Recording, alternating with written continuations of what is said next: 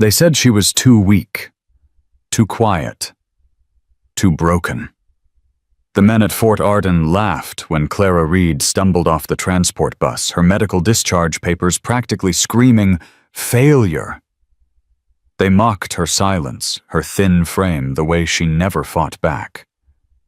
But on the night everything went wrong, when bullets flew and trained soldiers froze her torn uniform, revealed something that made a decorated commander stop cold, a tattoo that belonged to ghosts. To soldiers who officially never existed. To an operation the military had buried 6 years ago. Stay with me until the end, and comment what city you're watching from. I want to see how far Clara's story travels. Part 1. The Quiet Recruit. The Georgia sun beat down on Fort Arden like a hammer on an anvil, turning the parade ground into a shimmering hell of dust and heat. Sergeant Marcus Owens stood at parade rest, his weathered face expressionless as he watched the new batch of recruits stumble off the transport buses. 23 fresh faces, all eager, all terrified, all about to discover that everything they thought they knew about themselves was wrong. He'd seen hundreds of them over the years. The cocky ones who thought basic training back home had prepared them. The scared ones whose hands shook when they thought no one was looking. The quiet ones who'd either wash out in a week or become the best soldiers he'd ever trained. Then, he saw her. She was the last off the third bus, moving with a careful precision that immediately caught his attention. Not the rushed scramble of nervous energy like the others, but measured economical movements. She wore standard civilian clothes, jeans, a plain gray t-shirt, but she carried her duffel bag in a way that spoke of training. Weight distributed properly. Balance centered. No wasted motion. Clara Reed, according to the roster he'd memorized that morning. Age 26. Previous service notation, medical discharge details classified. Recommended for advanced combat training under special consideration. That last part had made him raise an eyebrow. Special consideration was code for politics for quotas for someone's daughter or someone's favor. It usually meant trouble. Line up now. Drill instructor.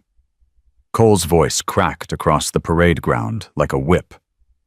You have 30 seconds to form ranks or you'll be running until sunset. The recruits scrambled into something resembling a formation.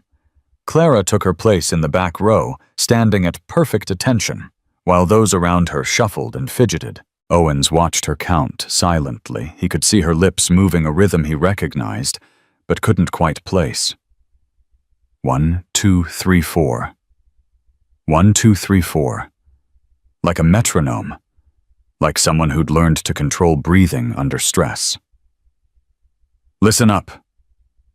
Cole circled the formation like a shark. For the next 12 weeks, Fort Arden owns you. You will eat when we tell you. Sleep when we tell you. Breathe when we tell you. And if any of you snowflakes think you're special... He stopped directly in front of a muscular recruit who stood a head taller than the others. You're about to learn different. What's your name, Giant? Corporal Jake Dane, sir. Previously stationed at... I don't care where you were stationed. Here you're nothing. Here you start over. Cole moved down the line, stopping at random to bark questions, insults, and orders. When he reached Clara, he paused. You. Reed, is it? Yes, sir. Speak up, I can't hear you. Yes, sir. Her voice was stronger this time, clear but not aggressive, controlled. You look like a strong wind would snap you in half. Why are you here? To serve, sir. Cole leaned in close. To serve. We've got actual soldiers who can serve. What we don't need are charity cases taking up space. Clara's expression didn't change. Yes, sir? What's wrong with you medical discharge at 24? Let me guess, couldn't hack it. No, sir? No. Then what knee injury psych eval? Clara's jaw tightened almost imperceptibly. Owens saw it from 20 feet away. "Classified, sir." Cole snorted. "Classified. Right. Of course it is." He turned to address the whole formation. "Everyone here thinks they're special. Everyone has a story. I don't care about your stories. I care about whether you can carry a 60-pound pack for 20 miles, whether you can hit a target at 500 meters, whether you'll hold your position when the world's exploding around you." He paused. "Most of you won't make it past week 3. Dismissed to barracks. Your real training starts at 0500 tomorrow." The barracks were standard military issue. 2 rows of bunks, metal lockers, bare concrete floors that echoed with every step. Clara chose a bunk in the back corner, the one with the least visibility from the door. She unpacked with the same methodical precision she'd shown earlier. Clothes folded exactly regulation-size personal items, minimal and organized. The other recruits clustered in groups, forming the social hierarchies that always emerged on the first day. Dane held court in the center, surrounded by 4 other men who clearly saw him as their leader. They were loud, confident, already trading stories about where they'd served and what they'd done. "So I told the lieutenant," Dane was saying, his voice carrying across the barracks, "if you want that convoy secured, you let me handle it my way. 3 days later, not a single incident. They gave me a commendation." "Bullshit," one of his new followers laughed. "No way a corporal tells a lieutenant how to run ops." "Not bullshit when you're right. When you've been in the sandbox like I have, people listen."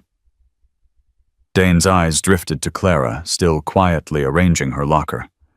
"Unlike some people who are just here to check boxes." The laughter was cruel and immediate. Clara didn't look up. "Hey, Reed," Dane called out. "You deaf or just ignoring me?" Clara closed her locker carefully, then turned to face him. "Neither." "Neither," Dane mimicked in a high-pitched voice.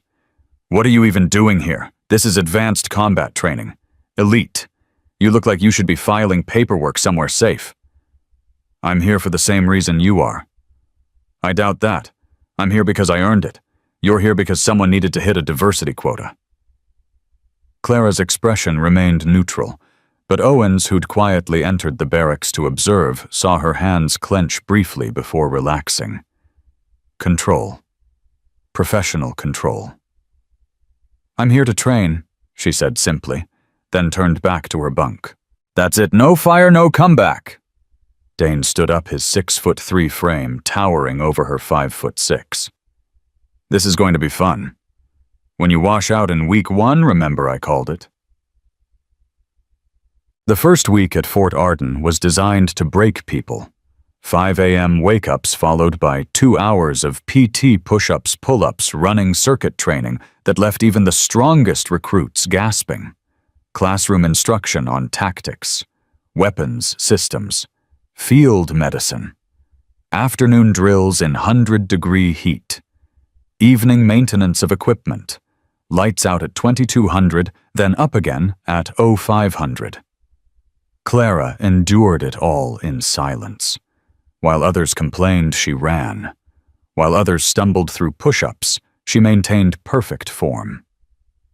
During weapons training, her rifle was always the cleanest, her assembly times consistently in the top 5. But Dane's early assessment had stuck. The other recruits saw her as the weak link, the one who'd break first. On day 4, she found her boots missing before morning formation. She showed up barefoot, ran the 5-mile course barefoot, her feet bleeding by mile 3. She didn't report it, didn't complain. When Instructor Cole asked what happened, she said she'd misplaced them. On day 6, someone broke her locker lock and scattered her clothes across the barracks floor. She gathered everything silently while the others watched, refolded each item, and requested a new lock from supply.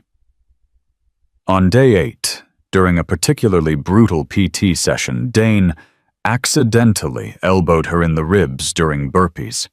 She went down hard, the wind knocked out of her. Cole stood over her. "You going to quit, Reed?" She pushed herself up slowly, her breathing controlled despite the pain. "No, sir." "Then get back in formation." She did. She finished the session.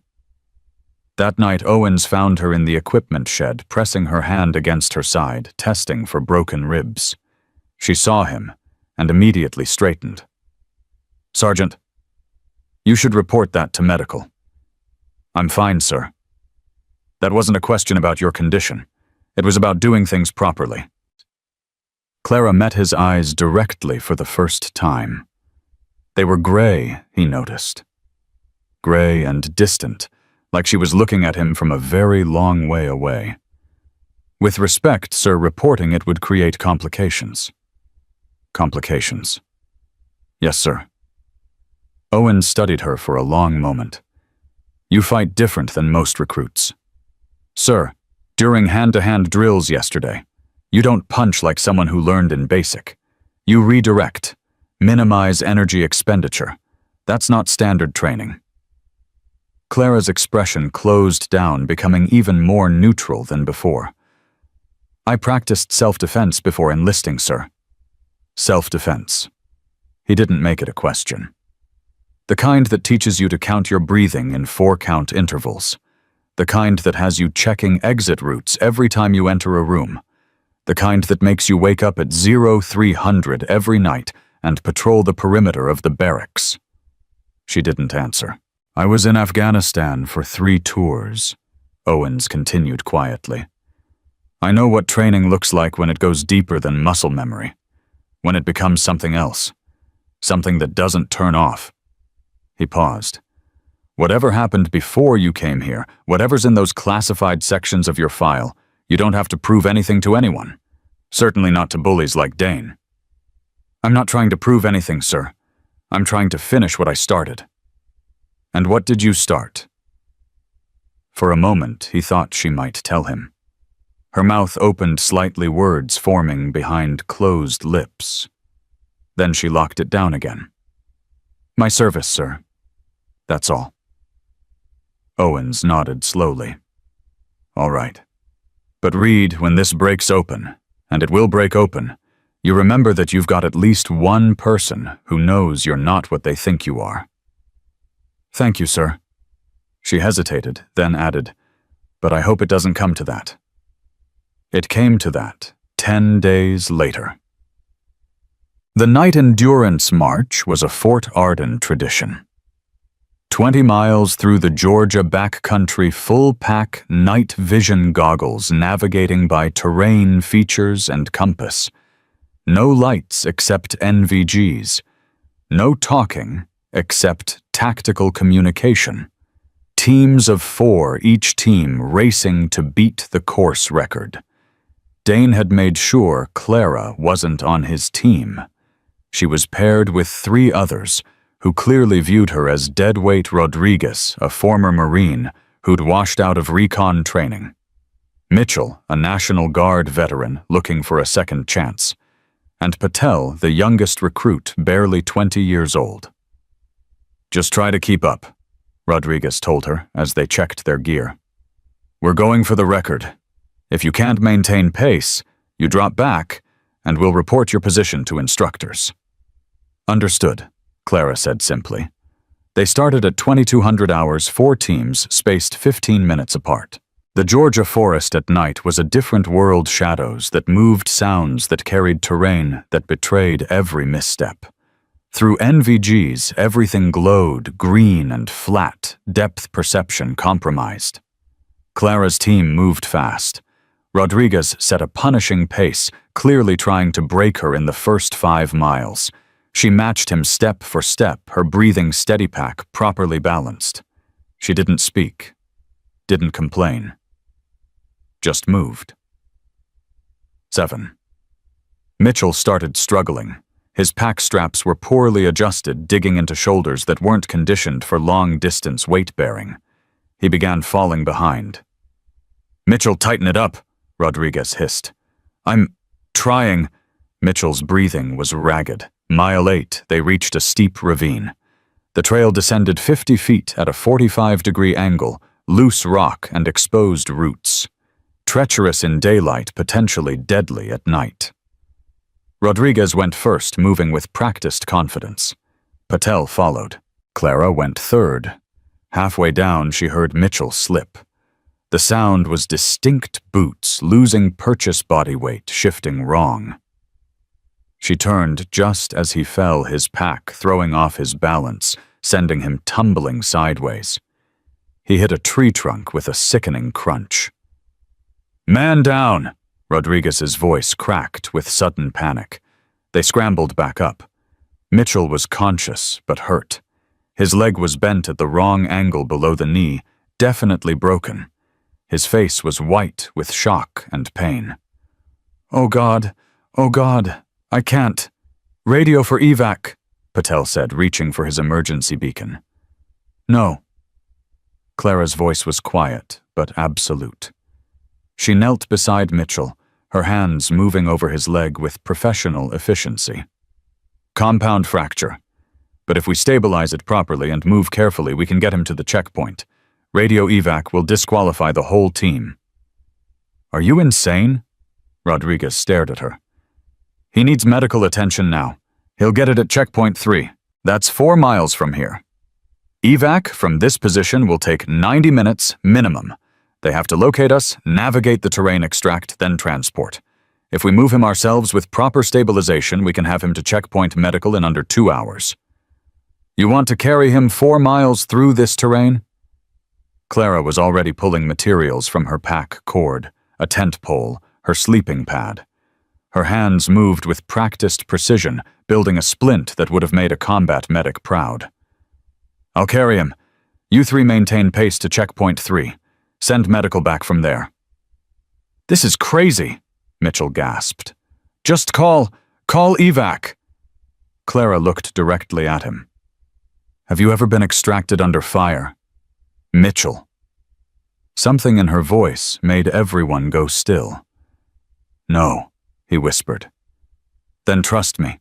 This is the better option." She finished the splint, then looked at Rodriguez. "I need you to help me get him on my back in a proper carry position. After that, go. Report his status at the checkpoint. I'll be right behind you." Rodriguez hesitated, clearly torn between tactical sense and disbelief.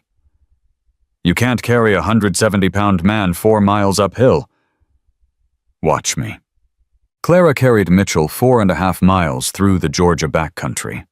She used a modified fireman's carry his weight distributed across her shoulders and core, her pace steady and measured.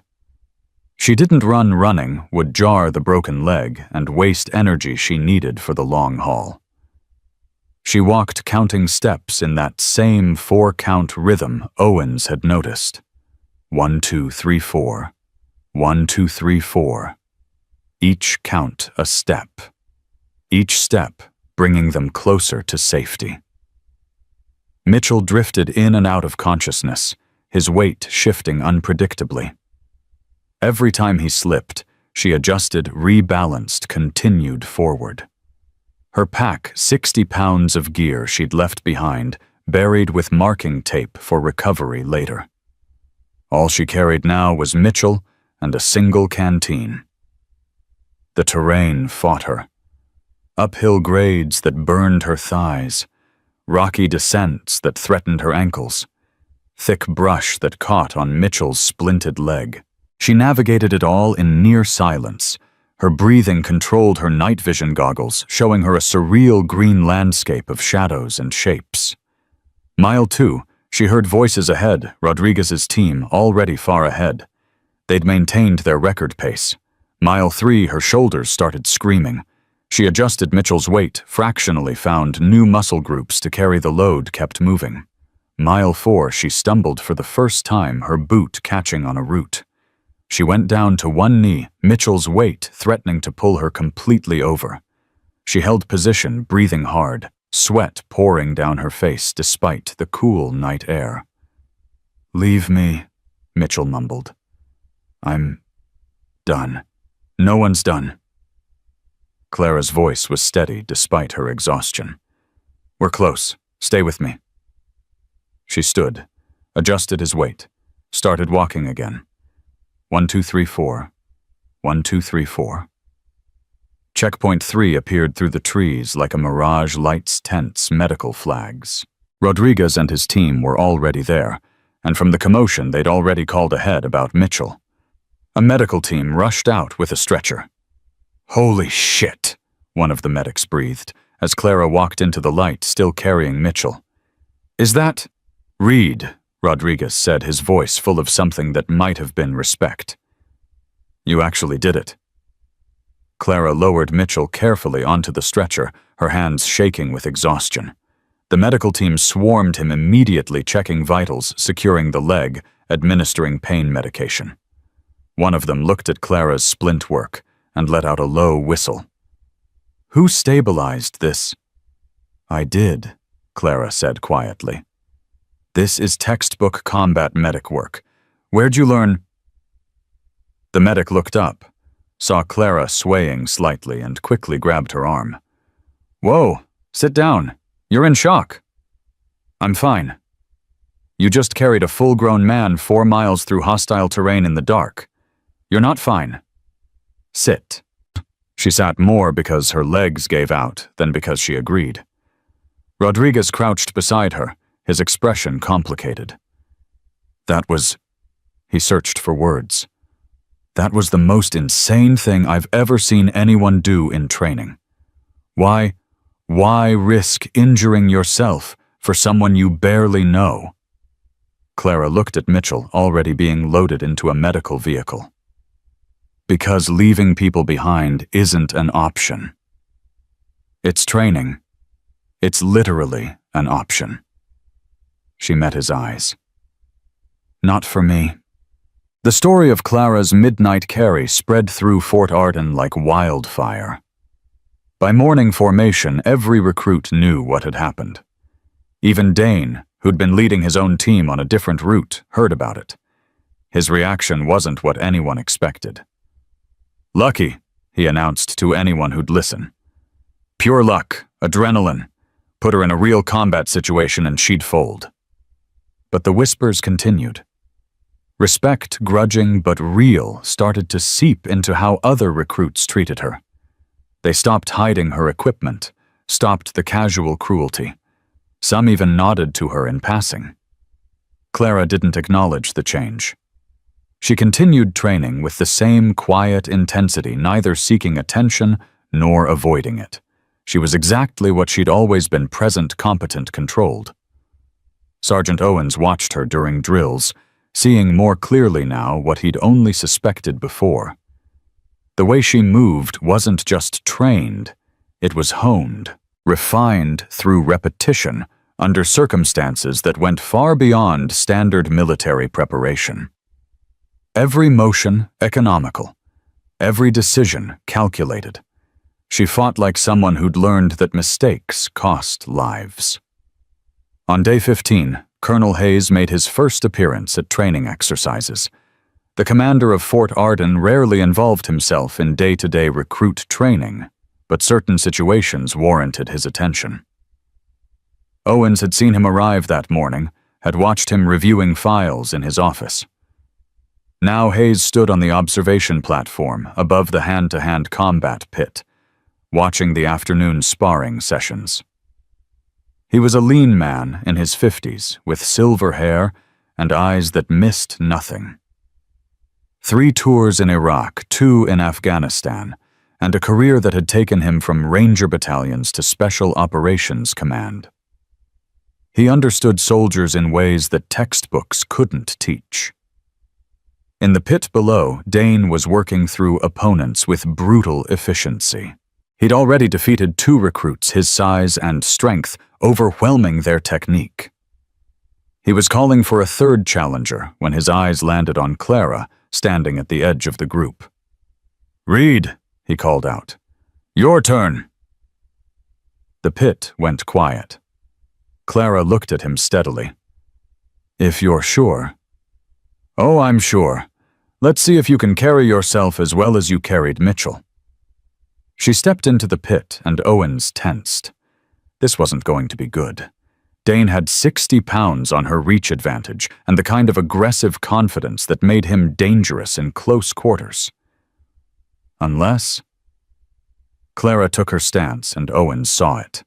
The way she balanced, the slight angle of her feet, the position of her hands, not traditional boxing, not standard army combatives.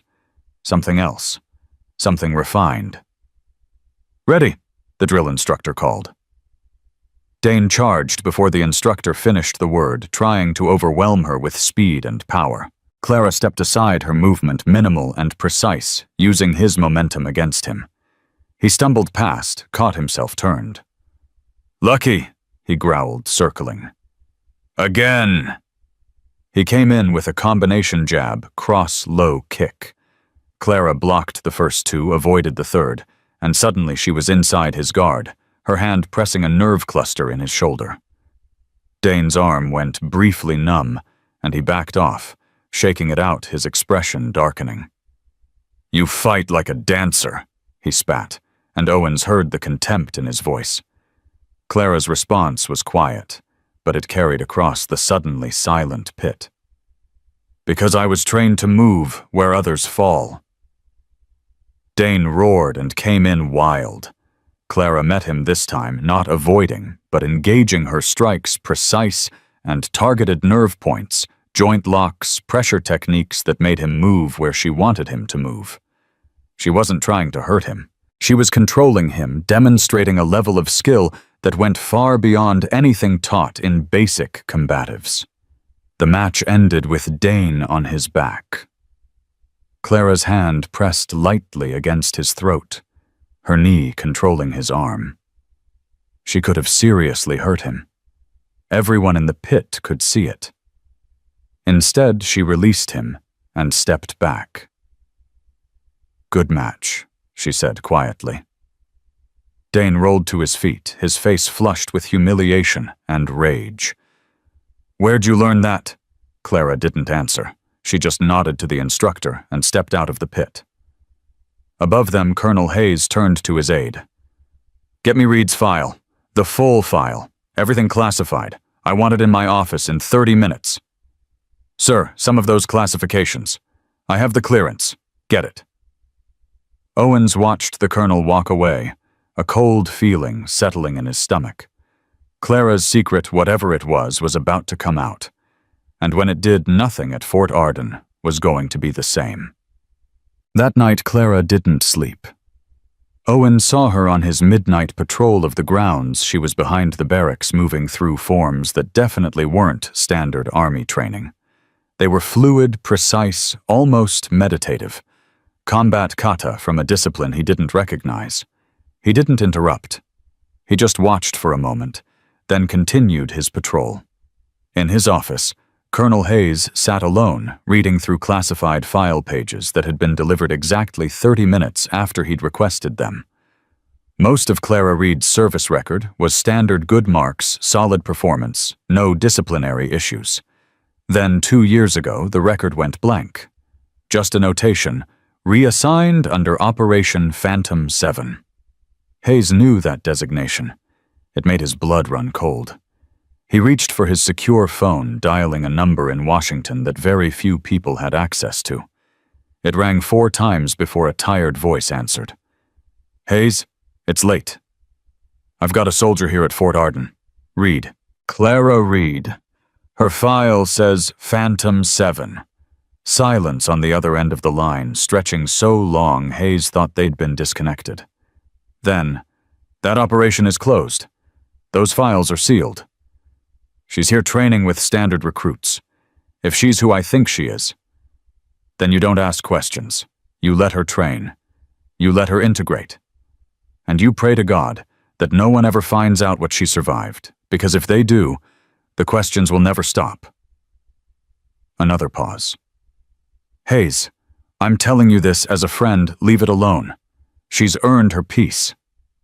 She's demonstrating capabilities that are raising red flags. Today I don't want to know, and neither do you. Let her be a soldier. Let her have that. It's all she's asking for." The line went dead. Hayes sat in his office for a long time, the classified file open in front of him. Operation Phantom 7. 7 names on a roster that officially didn't exist. A mission that never happened in a place the military never acknowledged. And Clara Reed, the 8th name. The one marked KIA, status unconfirmed. Except she wasn't dead. She was alive training at his facility, and from everything he'd just read, she was carrying ghosts that would destroy most people. He closed the file slowly, his decision made. He'd watch her. He'd protect her if he could. But he wouldn't expose her. Not yet.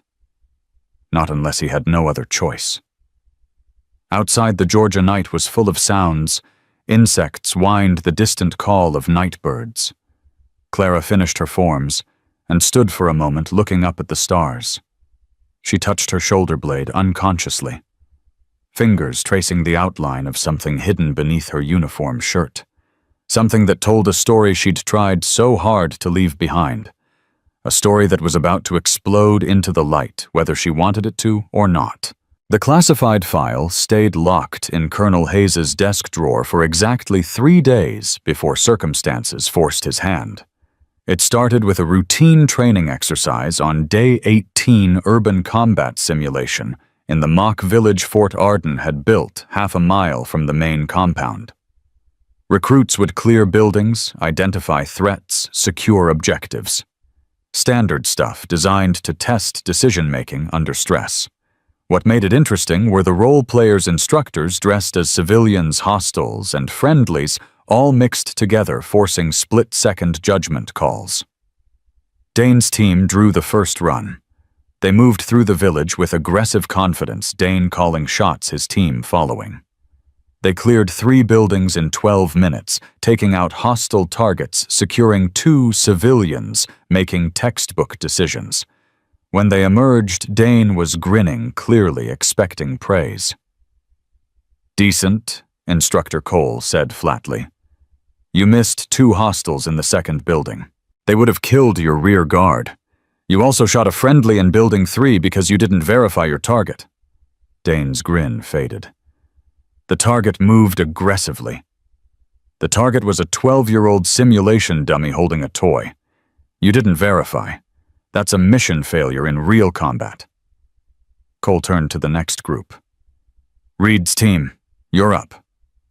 Clara's team consisted of 3 recruits who'd volunteered to work with her after the Mitchell incident, Rodriguez, who'd reassessed his initial judgment. Patel, still young, but learning.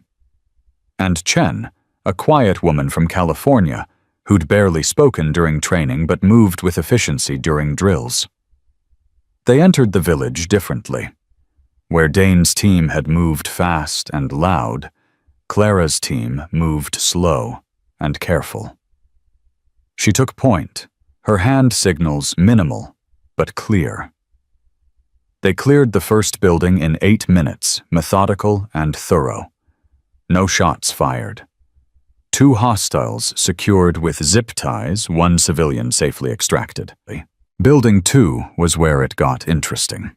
Owens watched from the observation tower as Clara's team approached the structure, a 2-story mock-up of a Middle Eastern residential compound. Intel had placed multiple hostiles inside, along with civilians. The scenario was deliberately chaotic, designed to overwhelm inexperienced decision-makers. Clara paused at the entrance, her hand raised. Her team froze. For 30 seconds, nothing happened.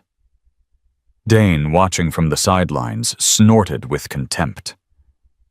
"What's she doing taking a nap?" But Owens saw what Clara was doing. She was listening, reading the building through sound and shadow, her head tilted slightly, tracking movement through windows, calculating positions based on ambient noise. When she finally moved, it was with absolute certainty. Her team flowed through the building like water, each member covering angles Clara had predetermined. They encountered the first hostile, an instructor, with a training rifle pointed at a civilian dummy. Standard hostage scenario. Most recruits would call out demand surrender, create confrontation. Clara shot the hostile twice center, mass training rounds that marked impact before he could react. Her team secured, the civilian moved forward. Second floor, 3 more hostiles in defensive positions. Instead of assaulting directly, Clara used hand signals to position her team, then threw a flashbang simulator through the window. In the confusion, they breached simultaneously from 2 entry points, overwhelming the hostiles before they could establish firing solutions. 8 minutes total, 0 civilian casualties, all hostiles neutralized or secured. When they emerged, even Cole looked impressed. Clean, efficient, minimal noise signature. Where'd you learn room-clearing tactics like that, Reed? Clara's expression remained neutral. Training, sir. That wasn't basic training. That was... Cole stopped himself, glancing at Hayes, who'd appeared beside the observation tower. That was very well executed. Hayes studied Clara for a long moment. Reed, my office. 30 minutes. The summons hung in the air like a guillotine blade. Clara nodded once. Yes, sir. As she walked away, Rodriguez caught up to her. Hey, that was incredible back there. Seriously. You moved like you'd done this 1,000 times. Just following training, Clara said quietly. Bull. I've seen training. That was experience. He paused. Look, I know people give you shit about being here on special consideration, but after today, after Mitchell, you've earned your place. Whatever's in your past, it doesn't matter. You're solid. Something flickered across Clara's face. Gratitude pain. Something Owens couldn't quite identify from his distance. Thanks, Rodriguez. That means something. So what do you think Hayes wants? Clara touched her shoulder unconsciously, that same gesture Owens had seen before. I think my past just caught up with me. 30 minutes later, she stood at attention in Colonel Hayes's office, her face composed, but her hands, Hayes noticed, clenched tight at her sides. Control fighting against tension. He'd seen that posture before in soldiers who'd survived things that changed them fundamentally. At ease, Reed. Hayes gestured to a chair. Sit. She sat, her movements precise. Waiting. Hayes opened the file on his desk, slowly giving her time to see what it was. Her face went carefully blank when she recognized the classification markings. Operation Phantom 7, Hayes said quietly. You want to tell me about it? That operation is classified, sir. I have clearance. Tell me anyway. Clara's jaw tightened. With respect, sir, my service record speaks for itself. Your service record has a 2-year gap with a single notation. That's not speaking, that's screaming. Hayes leaned forward. I called Washington. They told me to leave it alone. To let you train, let you integrate, and never ask questions. He paused. I'm asking anyway. The silence stretched between them, heavy with unspoken history.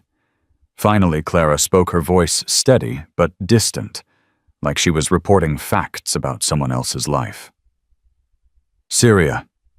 6 years ago. Our unit was inserted to gather intelligence on a weapons trafficking network moving chemical ordnance across the border. 7 operators, all female, all with language and cultural training that let us move through civilian populations without triggering hostility. She paused. We were in country for 4 months. The mission went well until our exfil got compromised. What happened? We were betrayed. Someone sold our position. The exfil team got hit 3 miles from our location. We heard it over comms, gunfire explosions, then nothing. Clara's voice remained steady, but Hayes saw her hands clench tighter. Standard protocol was to scatter E&E independently to the secondary extraction point. We split up. I was carrying the primary intelligence documentation of the network, names, locations, everything we'd gathered. And the others?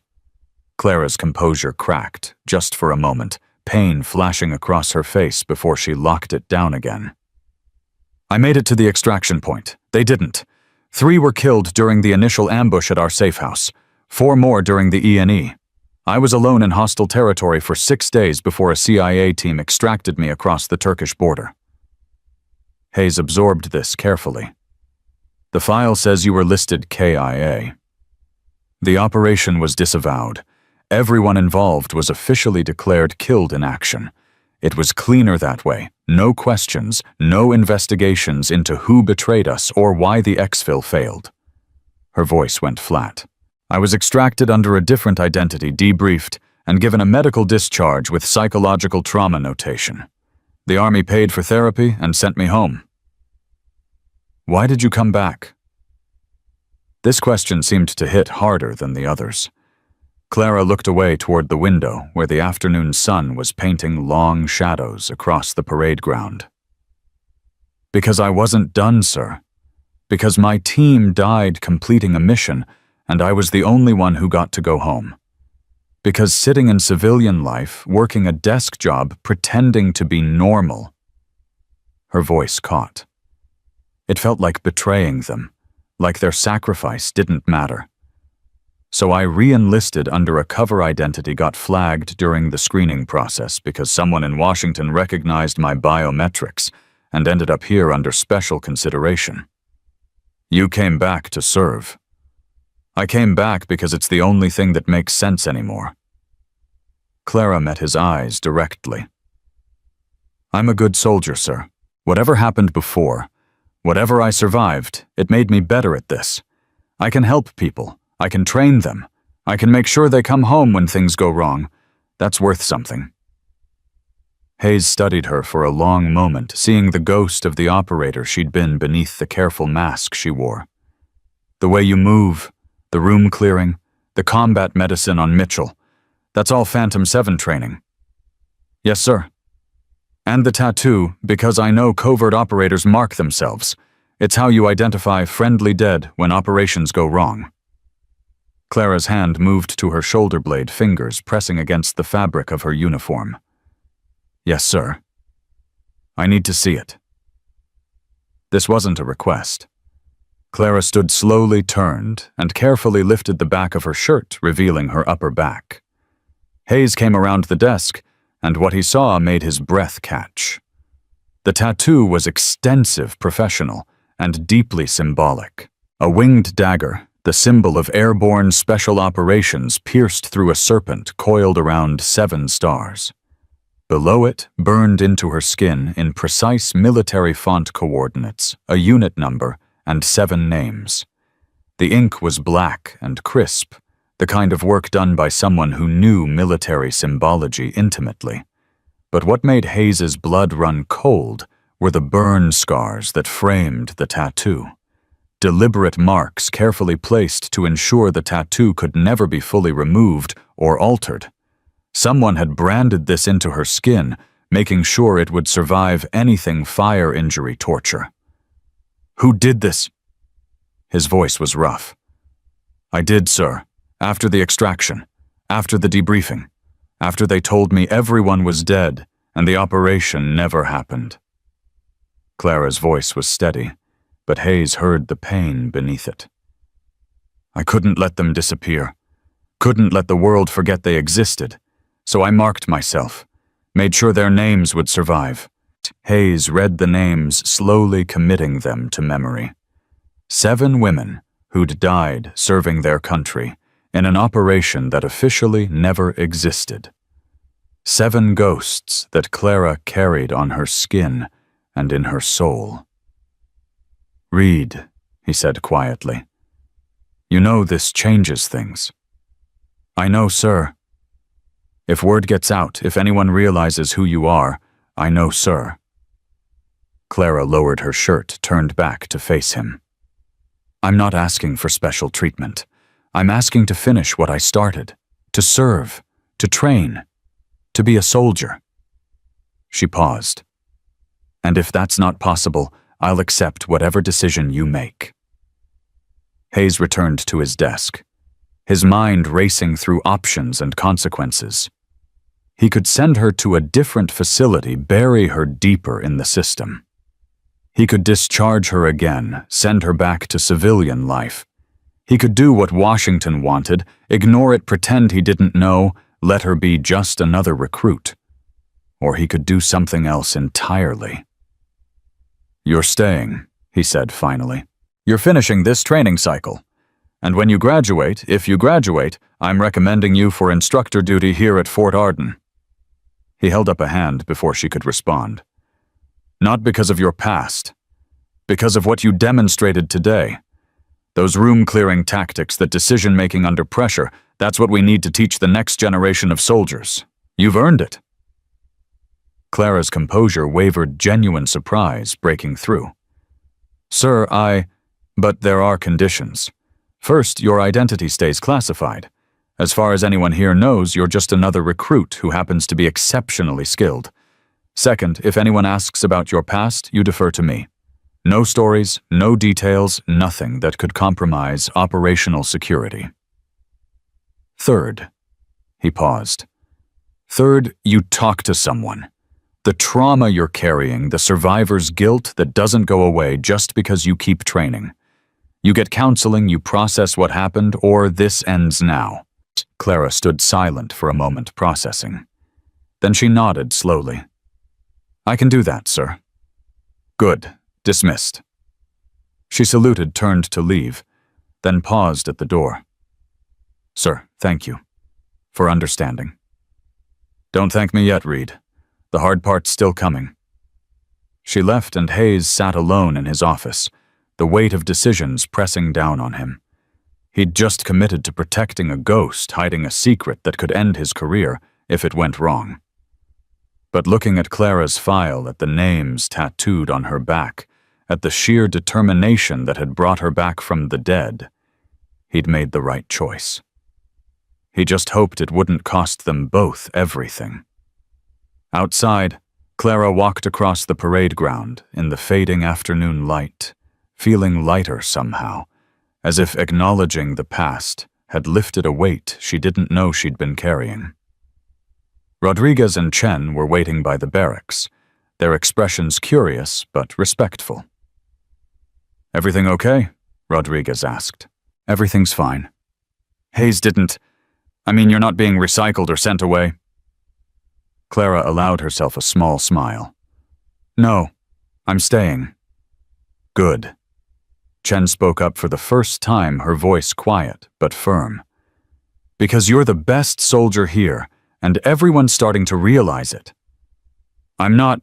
"You are," Rodriguez interrupted. "And it's about damn time people stopped treating you like you don't belong. You've proven yourself 10 times over."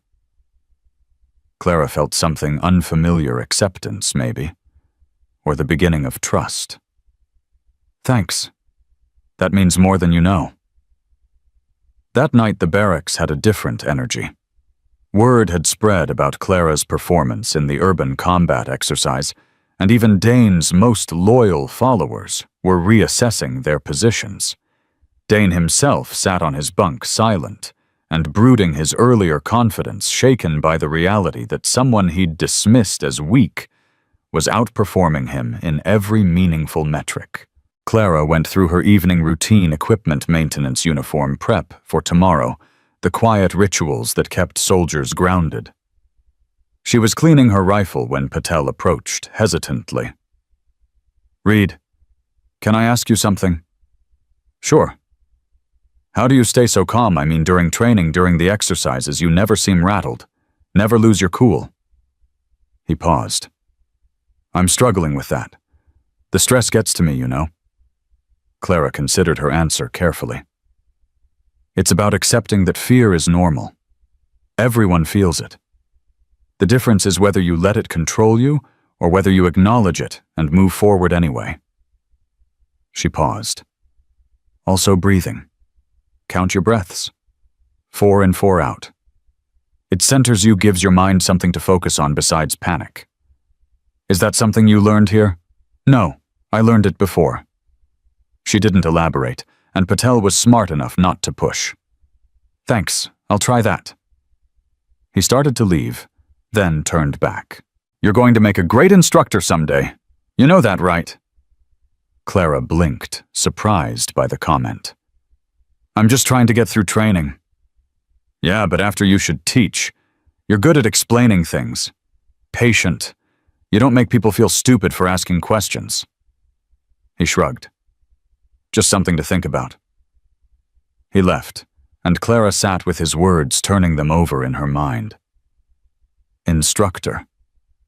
She'd never considered it, had only thought about serving, completing missions, honoring her lost team. But teaching others, preparing them to survive what she'd survived. Maybe that was another way to serve. Another way to ensure her team's sacrifice meant something. The thought stayed with her as lights went out, as the barracks settled into the quiet sounds of exhausted soldiers sleeping. She lay in her bunk, staring at the ceiling, counting breaths. 1, 3, 4. 1,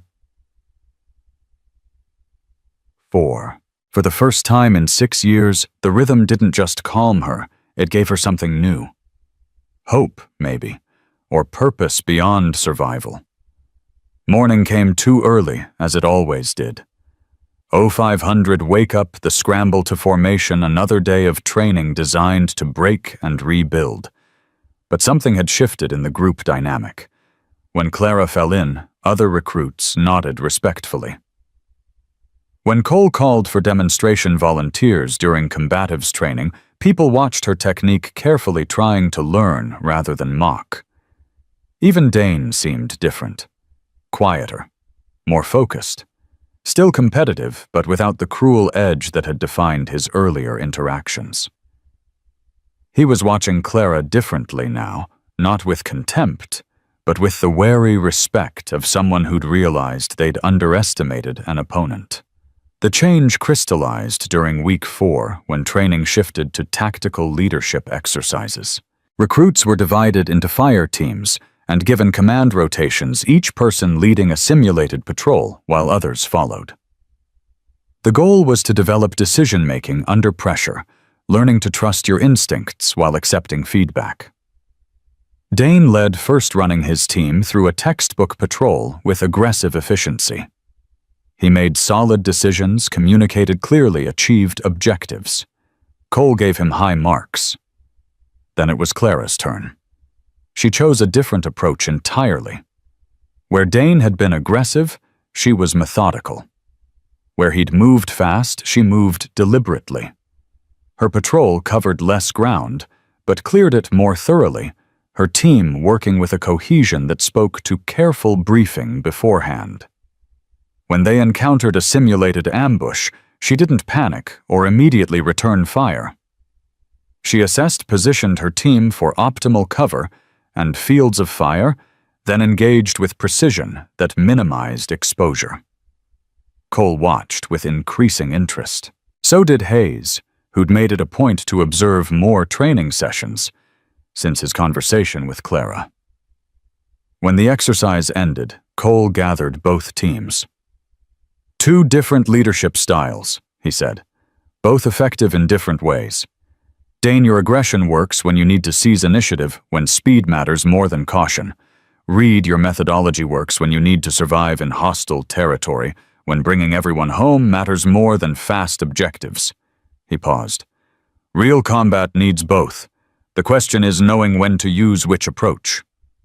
Sir, Dane spoke up, his voice lacking its usual arrogance. How do you know? In the moment, how do you make that call? Experience. Training, instinct developed through both. Cole glanced at Clara. Some people learn it faster than others because they've been in situations where the wrong choice meant death. But all of you can develop it if you pay attention, stay humble, and learn from every exercise. The lesson resonated through the group, a shared moment of understanding that transcended egos and competition. They were all here to become better soldiers. Everything else was noise. That afternoon, as recruits dispersed for equipment maintenance, Dane approached Clara. She tensed automatically, old instincts reading body language, calculating threat levels. But Dane's posture was open, non-aggressive. Reed, can we talk? Sure. He glanced around, making sure they had privacy. I've been an asshole to you since day one. I want to apologize for that. Clara studied him carefully, looking for manipulation or mockery. She found neither. Okay. I mean it. I made assumptions about why you were here, about your capabilities, about who you are. I was wrong. He paused, struggling with words. The thing is, I've always been the best at everything. Top of my class, top scores, everyone telling me I'm going to be special forces material. Then you show up quiet and reserved and you're better than me at half the shit we do. It threatened me. Dane, let me finish. He took a breath.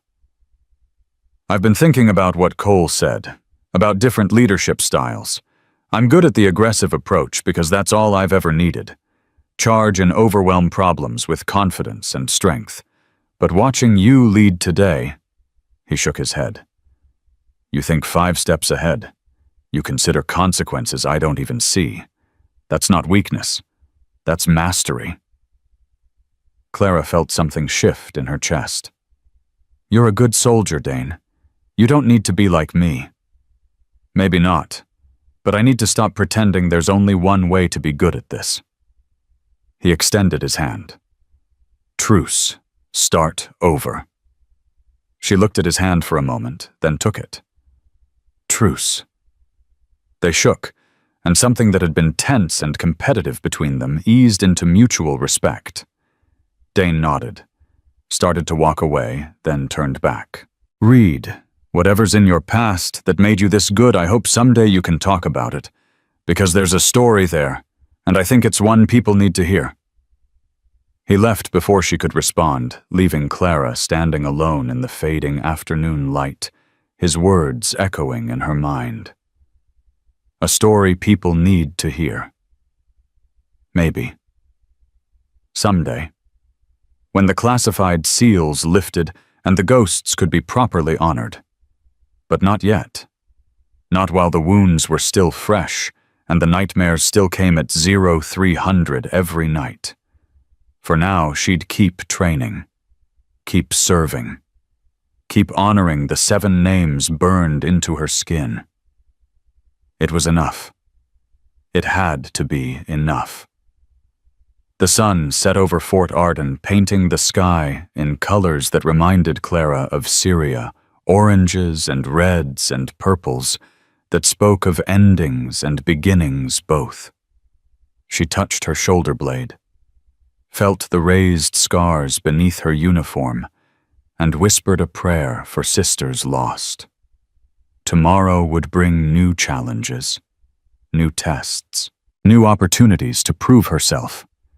But tonight, for the first time in 6 years, Clara Reed allowed herself to believe she might actually survive what she'd been through, and maybe eventually find peace. Peace, Clara discovered, was a fragile thing that shattered easily under the weight of live ammunition. Week 6 brought the transition from training exercises to live fire scenarios, the point where blank rounds and simulation paint gave way to real bullets, real explosives, and real consequences for mistakes.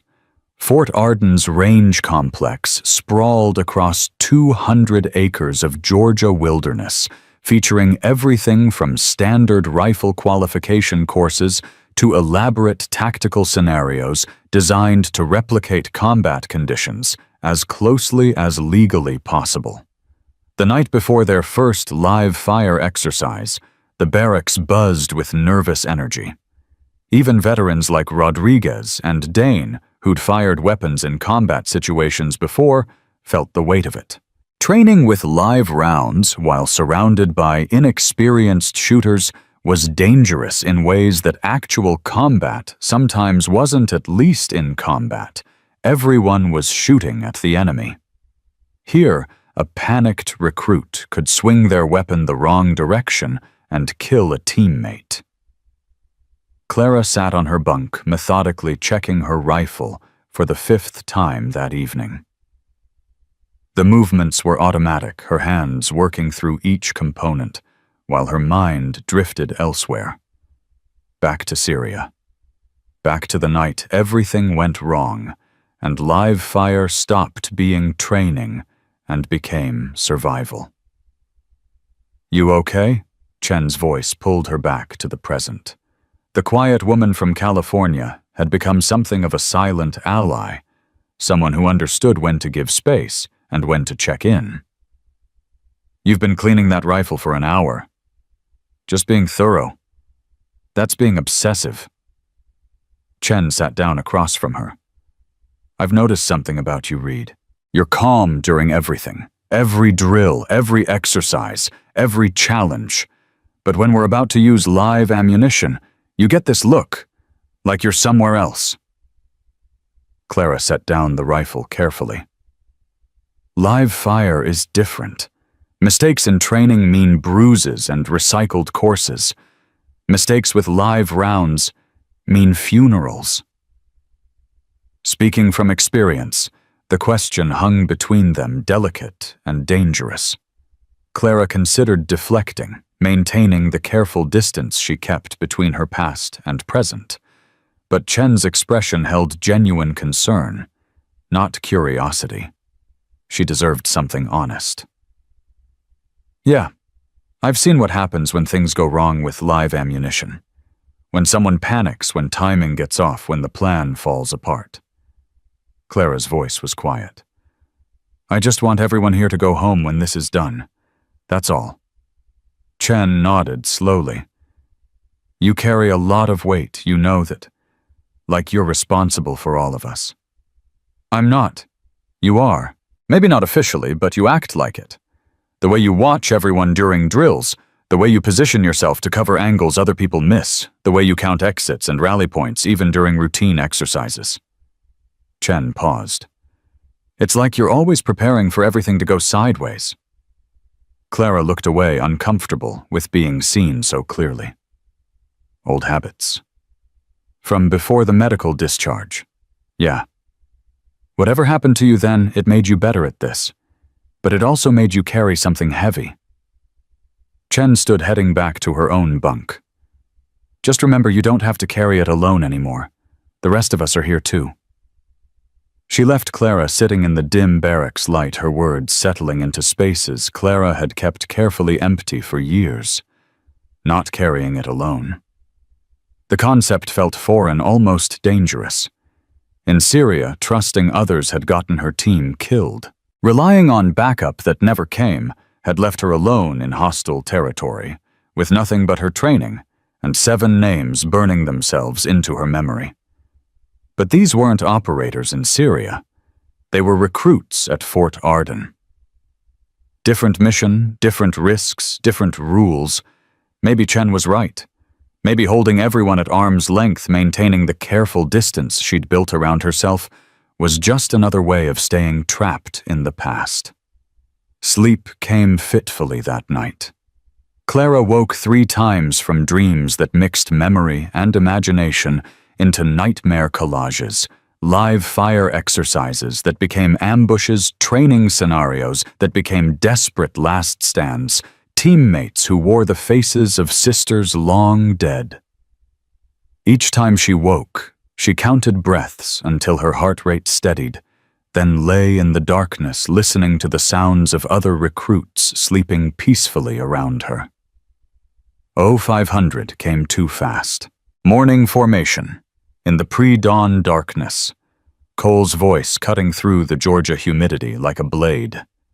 Today's schedule was straightforward classroom review of live fire safety protocols, then transportation to Range Complex 7 for the actual exercise.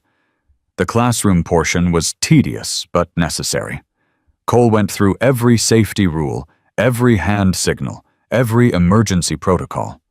He showed videos of training accidents, graphic footage of what happened when someone forgot that their rifle was loaded, when someone crossed behind a live firing line, when someone panicked and swung their weapon toward friendlies.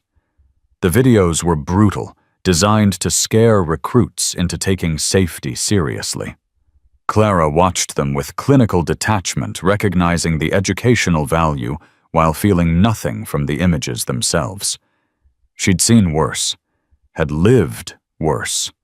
These training accidents, as terrible as they were, paled compared to intentional violence in actual combat. Beside her, Patel went pale during a particularly graphic video showing a ricocheted round hitting a soldier in the neck. "Jesus," he whispered. "That's really what can happen." "That's exactly what can happen," Cole said, hearing him. "Which is why you follow every safety protocol every time, no exceptions. The moment you get comfortable, the moment you think you can skip a step, that's when people die." His eyes swept the room, landing briefly on Clara before moving on. Live ammunition doesn't care about your intentions. It doesn't care if you're a good person or if you were just careless for 1 second. It kills you just the same. The lecture finished at 0900. They loaded onto transport trucks for the ride to Range Complex 7. The mood subdued and tense. Even Dane was quiet, his usual confident demeanor replaced by focused concentration. Range Complex 7 sat in a valley surrounded by tree-covered hills, a natural amphitheater that contained noise and provided multiple observation points. The range itself was elaborate, a mock village with buildings, vehicles, barriers, and concealed targets that would pop up randomly during the exercise. Recruits would move through in fire teams, engaging targets, while instructors monitored from protected positions. Colonel Hayes was already there when they arrived, standing with Sergeant Owens and several other senior instructors. His presence was unusual. Commanders rarely attended standard live fire exercises, but after their conversation about Clara's past, she understood. He was here because of her, watching, protecting, making sure her secret stayed buried even as her skills stood out. Cole gathered the recruits in a safe area away from the hot range. "Listen up. You'll go through in 4-person teams, same groupings as your tactical leadership exercises. Each team gets 15 minutes to clear the village. Targets will pop up, some hostile, some civilian. You engage hostiles, you protect civilians, you communicate constantly with your team. Instructors will be observing from protected positions, but they won't intervene unless there's a safety violation." He paused, his expression grave. "This is the closest you'll get to actual combat conditions without being deployed. Treat it with the respect it deserves. Follow your training, trust your team, and for God's sake, keep your weapons pointed in safe directions at all times." Questions. Silence. Everyone was too nervous to ask questions, too focused on not screwing up. "Dane's team, you're first. Rodriguez, you're second. Reed, you're third. Everyone else watch and learn." Cole checked his watch.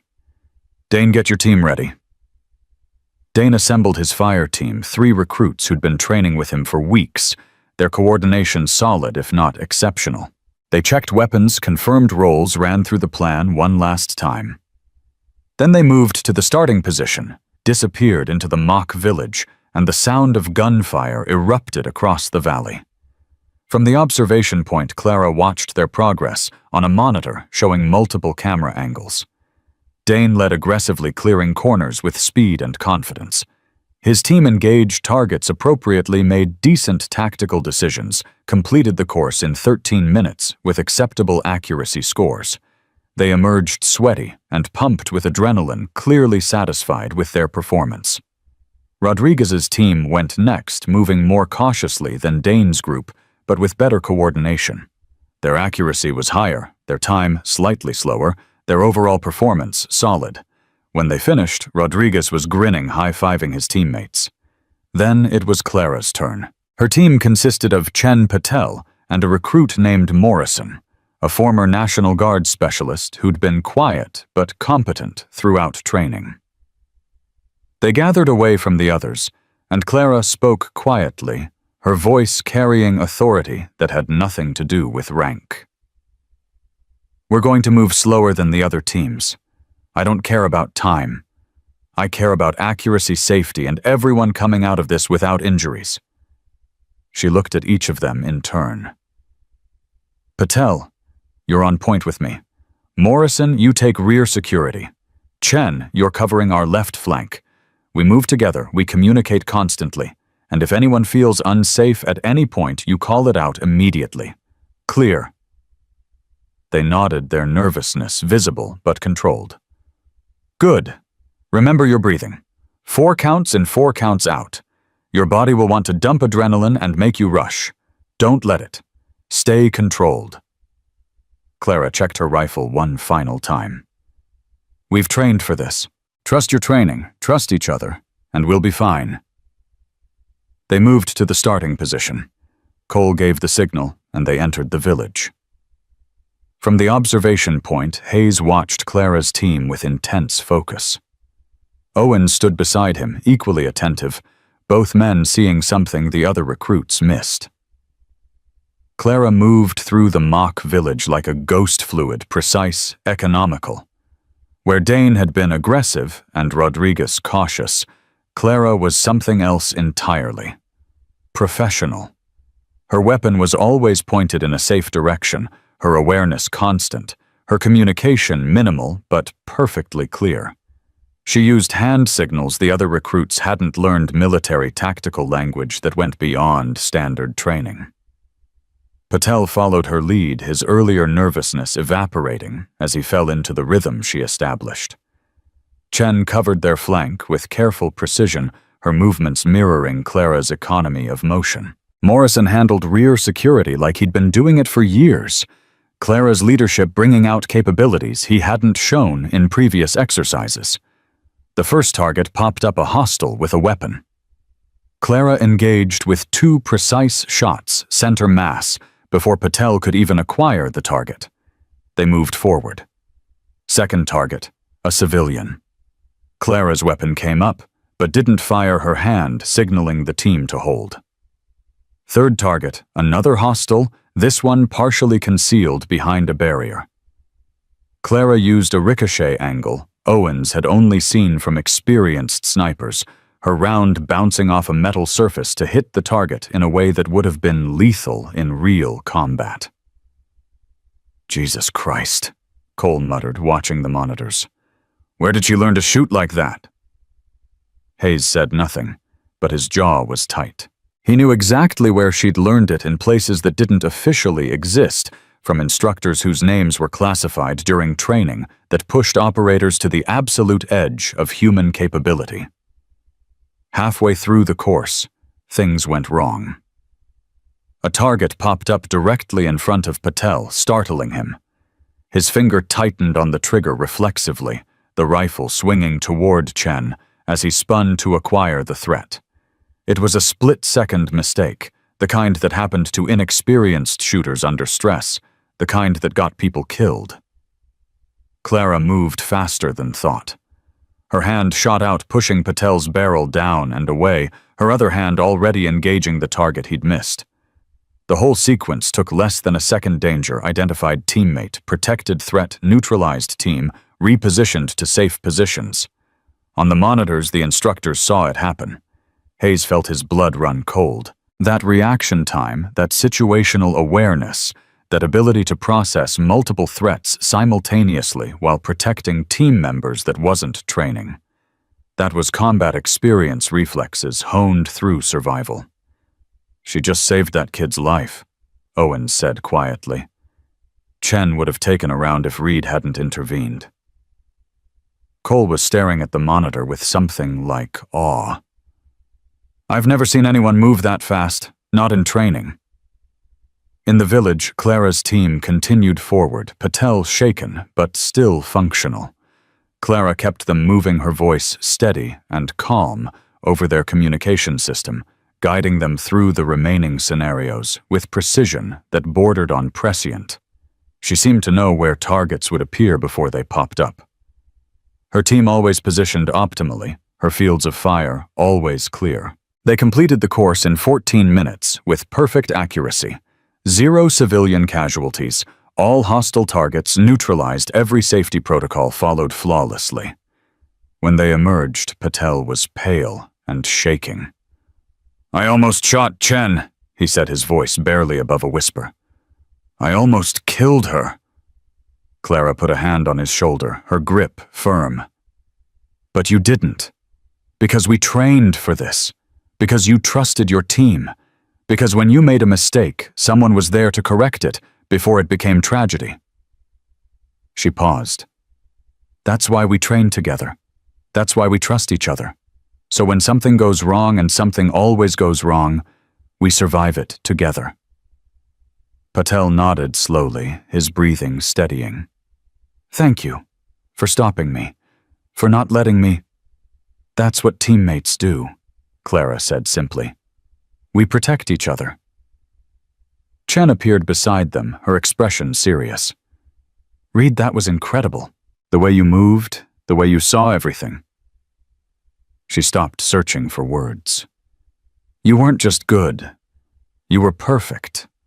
Like you'd done this 1,000 times." Clara's expression closed down slightly, old defenses rising. "Just training." "That wasn't just training," Morrison spoke up. "That was experience, real experience, the kind you don't get at Fort Arden." Before Clara could respond, Cole called all the recruits together for debrief. They gathered in the observation area, and he pulled up footage from Clara's run, isolating specific moments. "I want everyone to watch this sequence," he said, playing the moment when Patel nearly shot Chen. "See how Reed identifies the danger, intervenes, neutralizes the threat, and repositions her team all in under 1 second. That level of situational awareness is what separates good soldiers from exceptional ones." He played it again, in slow motion, breaking down each micro-movement. Clara stood at the back of the group, uncomfortable with the attention, wishing Cole would move on to something else. But he continued showing other moments from her run, the ricochet shot, the way she used terrain, her positioning, that always kept optimal fields of fire. "This is the standard we're aiming for," Cole said. "Not the speed of Dane's run or the caution of Rodriguez's run, but the perfection of Reed's run. Every movement purposeful, every decision correct, every teammate protected." He looked directly at Clara. "Reed, would you explain to the group how you knew where that second target would appear, the one behind the barrier?" Clara hesitated, caught between honesty and protecting her cover. "I paid attention to the pattern of previous appearances. Targets were popping up in sequence based on our movement speed, so I anticipated the next likely position." It was a plausible answer, technically true, but not the whole truth. The real answer was that she'd run scenarios like this dozens of times in Syria, had developed an instinct for where threats would emerge based on terrain and enemy behavior patterns, had learned to read combat environments the way some people read books. Cole accepted her explanation, but Hayes, watching from the side, saw through it. So did Owens. They exchanged a glance that said everything Clara Reed was operating at a level far beyond what standard training produced. And sooner or later, people were going to ask questions that couldn't be answered with classified file notations. The debrief continued, but Clara barely heard it. Her mind was elsewhere, replaying the moment when Patel almost shot Chen, feeling the weight of responsibility that came with being the most skilled person in the room. If she hadn't been there, Chen would be injured or dead.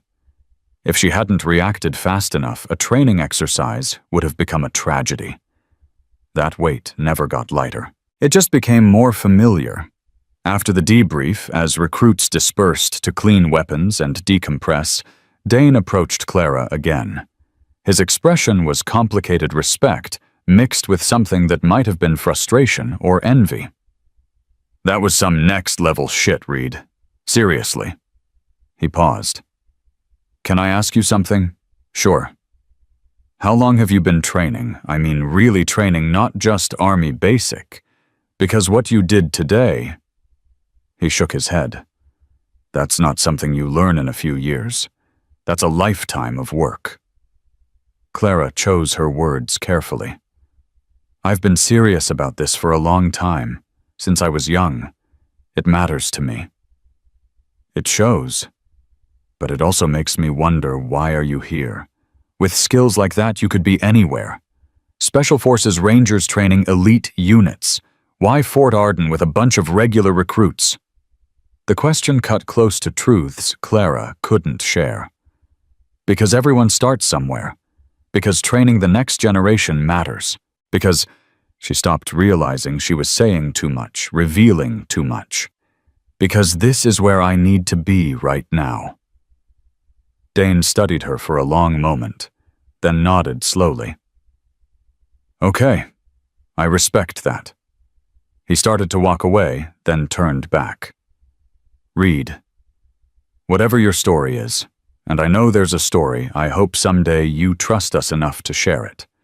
Because I think it would help a lot of people understand that excellence isn't about natural talent. It's about dedication, sacrifice, and working harder than everyone else thinks is necessary. He left before she could respond, his words hanging in the humid Georgia air, like a challenge and a promise both. That evening, Clara sat alone behind the barracks, watching the sun set over the range complex. The day had been successful. Everyone's safe objectives met no injuries, but it had also been revealing. Her skills were too visible now, too obviously beyond standard training. Questions were coming. Questions she couldn't answer without exposing the classified past she'd worked so hard to leave behind. Footsteps approached from behind. She didn't turn, recognizing Owens's gait. "You've got people talking," he said, sitting down beside her. "That performance today, it was too good. People are starting to wonder." "I know." Hayes is concerned. If too many questions get asked, if someone with the right clearances starts digging, "I know."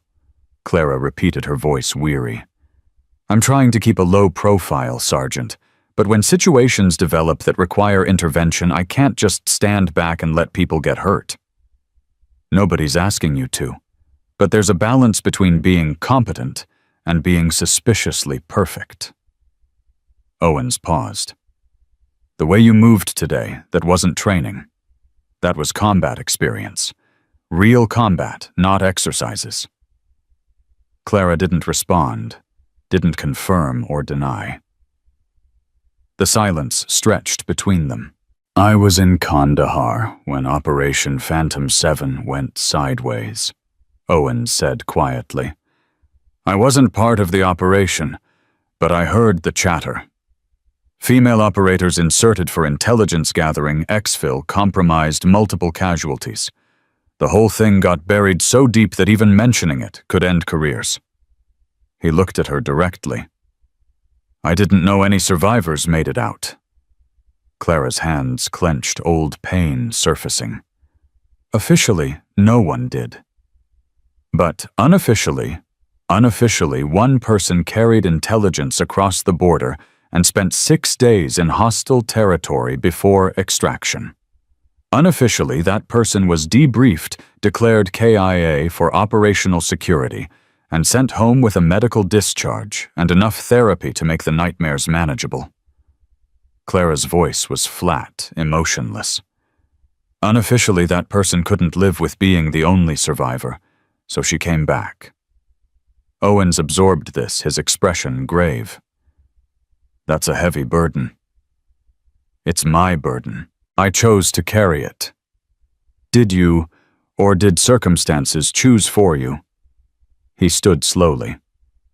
"Reed, I know you think you have to be perfect to honor your fallen team, but perfection draws attention, and attention in your situation is dangerous.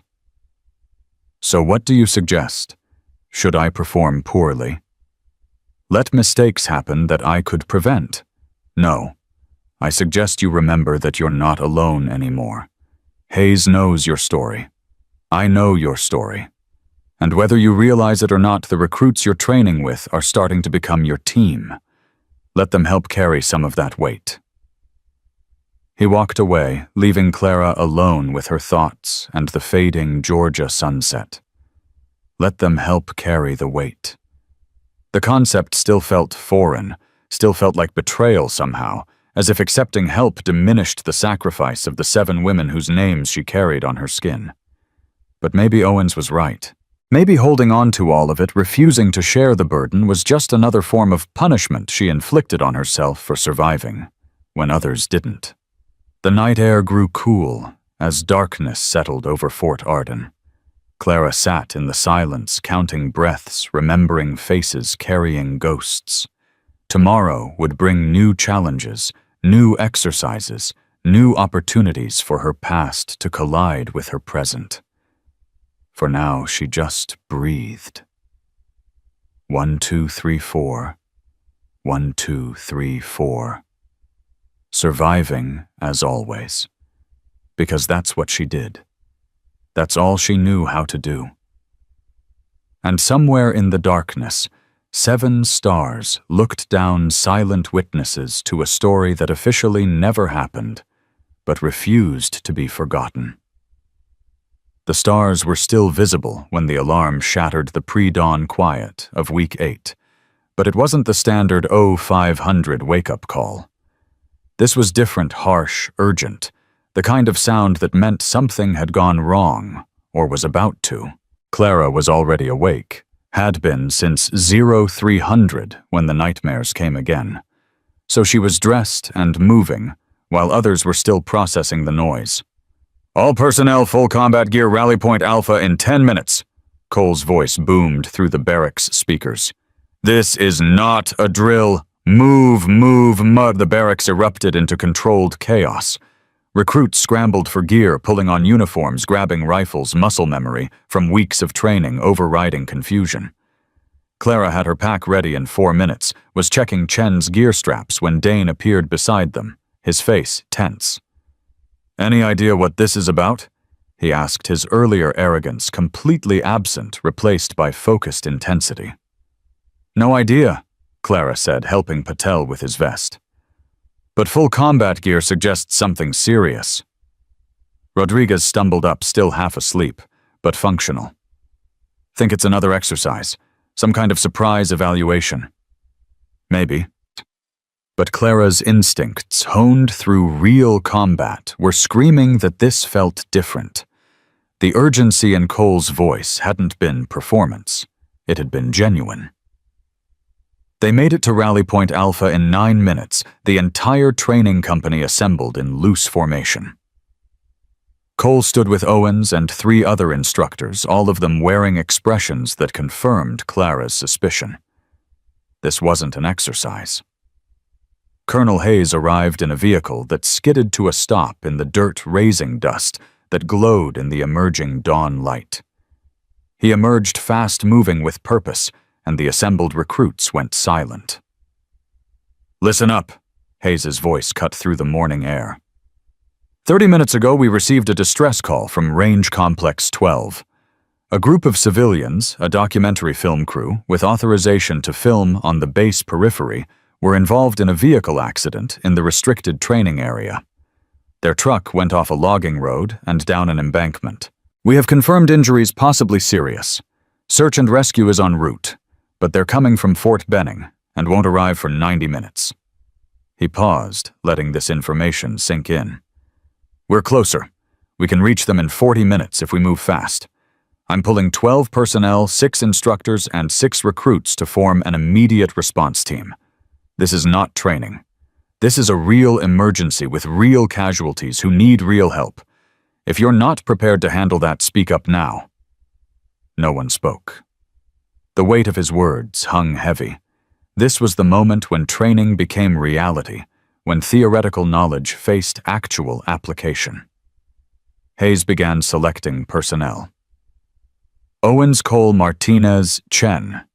He named instructors efficiently, choosing based on skills needed.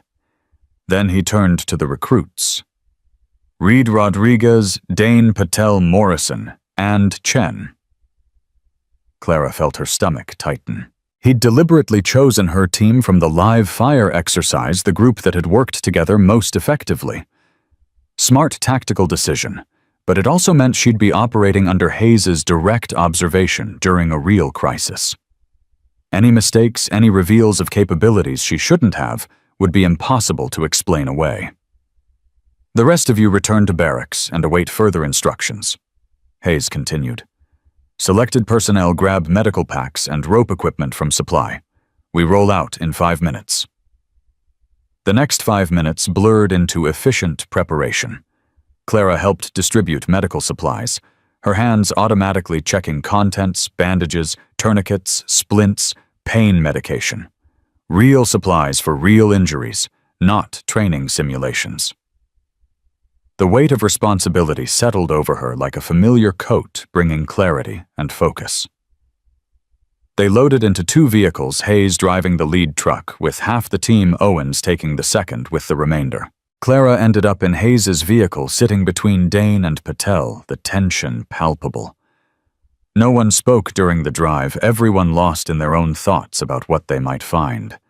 The road to Range Complex 12 was rough, a logging trail that wound through dense Georgia forest.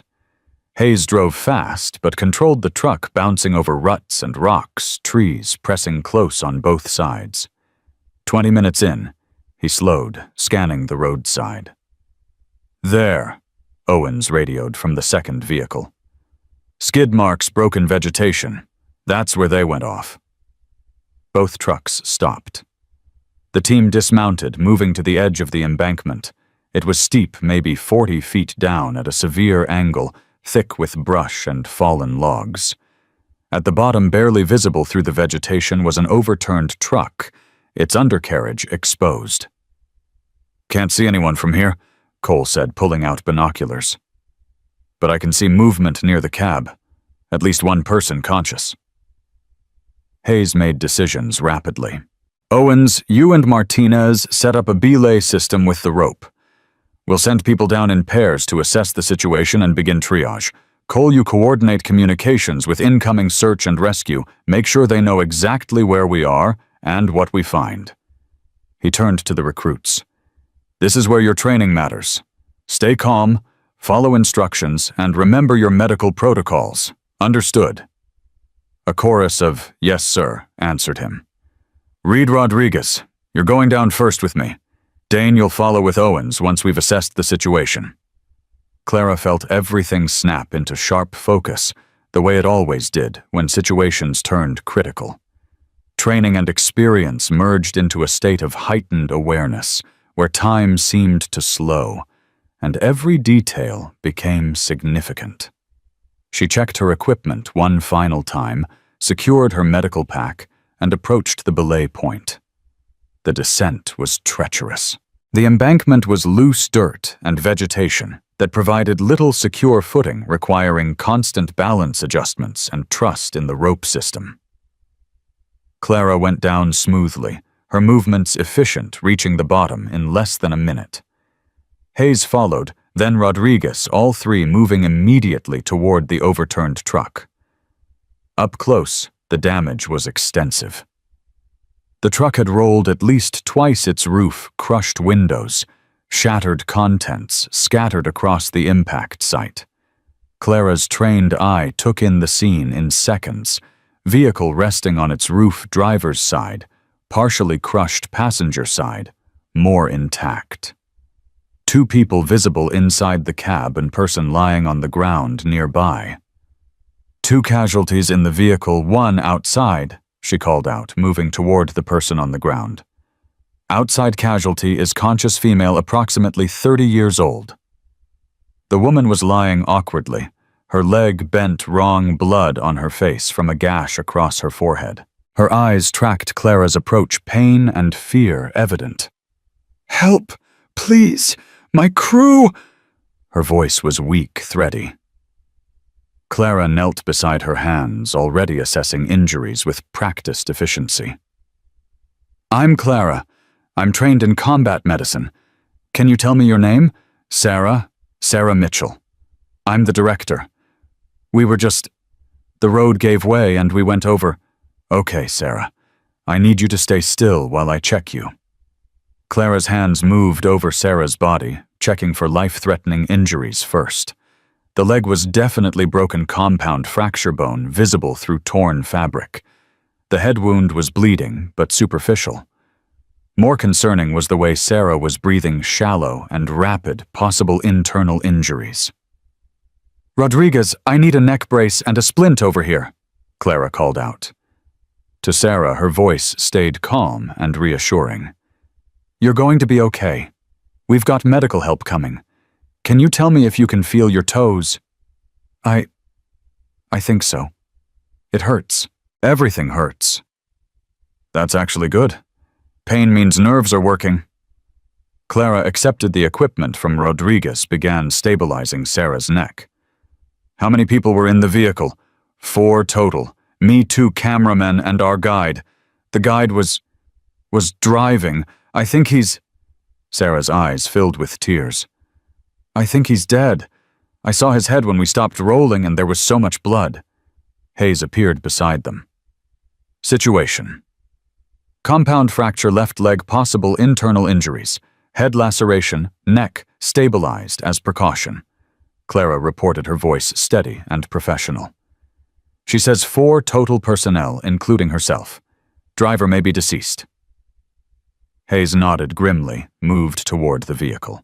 Clara finished stabilizing Sarah, marking her with triage tape yellow for serious but stable, then stood to help with the vehicle casualties. The scene inside the crushed cab was worse. The driver was clearly dead, his injuries incompatible with life, his body pinned by the collapsed roof structure. But in the back seat, trapped by twisted metal, were 2 more people, both unconscious, both bleeding, both in critical condition. "We need to get them out," Dane said, his voice tight as he descended the embankment. "That metal is crushing one guy's chest." "Carefully," Hayes warned. "If we move wrong, we could make injuries worse or bring the whole vehicle down on top of them." Clara assessed the situation with cold calculation, her mind automatically running through scenarios she'd learned in Syria when extracting wounded operators from damaged vehicles under fire. The roof was unstable, held partially up by the collapsed driver's compartment. To reach the backseat casualties, they'd need to either cut through the rear window or stabilize the roof and work from the side. "We go through the rear window," she said, surprising herself by speaking up. "The side approach requires moving the roof, which could crush them further. Rear window is already partially broken. We enlarge it, stabilize any sharp edges, extract one at a time." Hayes looked at her sharply. Recognition in his eyes. That assessment was too fast, too professional. "You've done vehicle extractions before." It wasn't a question. Clara met his gaze steadily. "Yes, sir." "Then you coordinate it. Tell us what you need." The next 15 minutes were intense, focused work. Clara directed Dane and Rodriguez in removing the rear window completely, using tools from the medical packs to protect against sharp edges. She crawled partially into the vehicle herself, assessing the 2 casualties, both cameramen, one with a severe chest injury, the other with a head wound and possible spinal damage. "We take chest injury first," she decided. "He's deteriorating faster. Spinal injury gets a full backboard before we move him, and working in the cramped, unstable space required precision and trust." Clara positioned herself to support the first casualty's weight, while Dane and Rodriguez pulled him carefully through the window. Every movement was calculated too fast, and they'd cause additional injuries too slow, and he'd bleed out before extraction. They got him out. Clara immediately began triage, sucking chest wound, 2 broken ribs, possible punctured lung. She sealed the wound, administered pain medication, marked him red for critical, and moved to the second casualty. This extraction was even more delicate. The man's neck angle suggested spinal involvement, meaning any wrong movement could cause paralysis or death.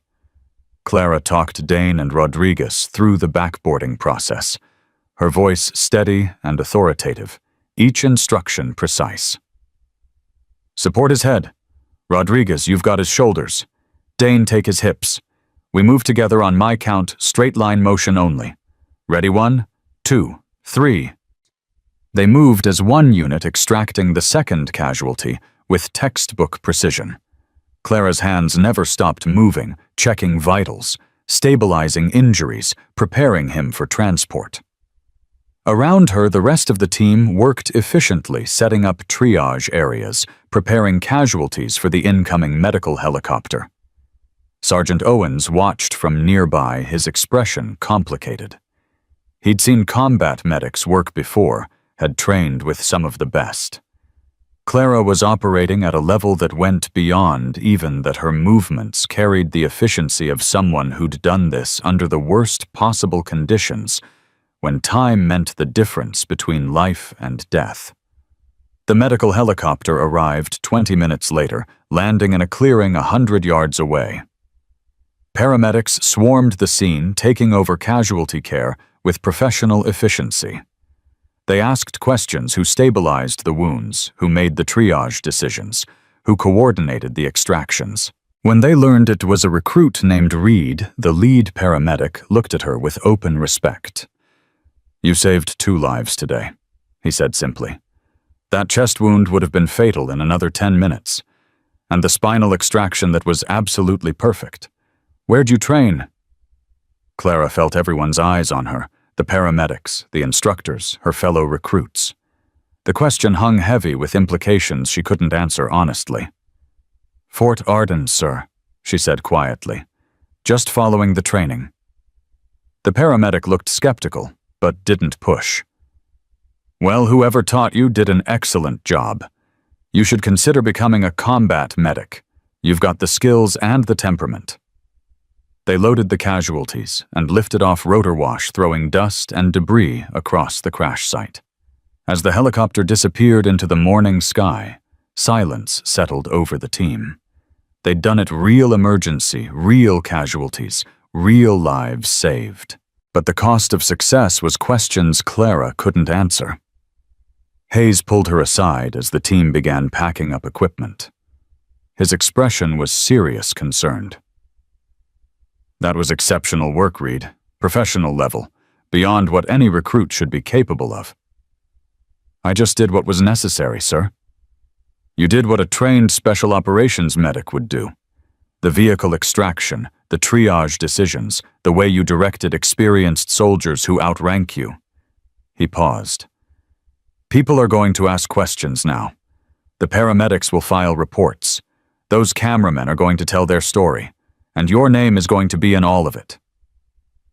Clara felt cold dread settle in her stomach. "Sir, I'll handle it," Hayes said firmly. "I'll classify the operation reports, cite security concerns with the documentary crew, keep your name out of official channels. But Reed, this is getting harder to contain. Your skills are too visible now." "I'm sorry, sir. I should have held back, let others—" "No." Hayes's voice was sharp. "You saved lives today. Real lives. I won't have you apologizing for that. But we need to have a serious conversation about your future here. About whether staying at Fort Arden is sustainable, or whether we need to find you a position where your full capabilities can be utilized without raising security flags." Before Clara could respond, Dane approached, his expression a mixture of awe and confusion. "Reed, that was— I don't even have words. You were like a machine. Calm, efficient, knowing exactly what to do every second. Where did you learn that—" Clara looked at Hayes silently, asking permission. He nodded slightly, giving her latitude to share what she could. "I had advanced medical training in my previous unit," Clara said carefully. "Before my medical discharge. I retained the skills." "Advanced medical training," Dane repeated slowly. "That's what we're calling it.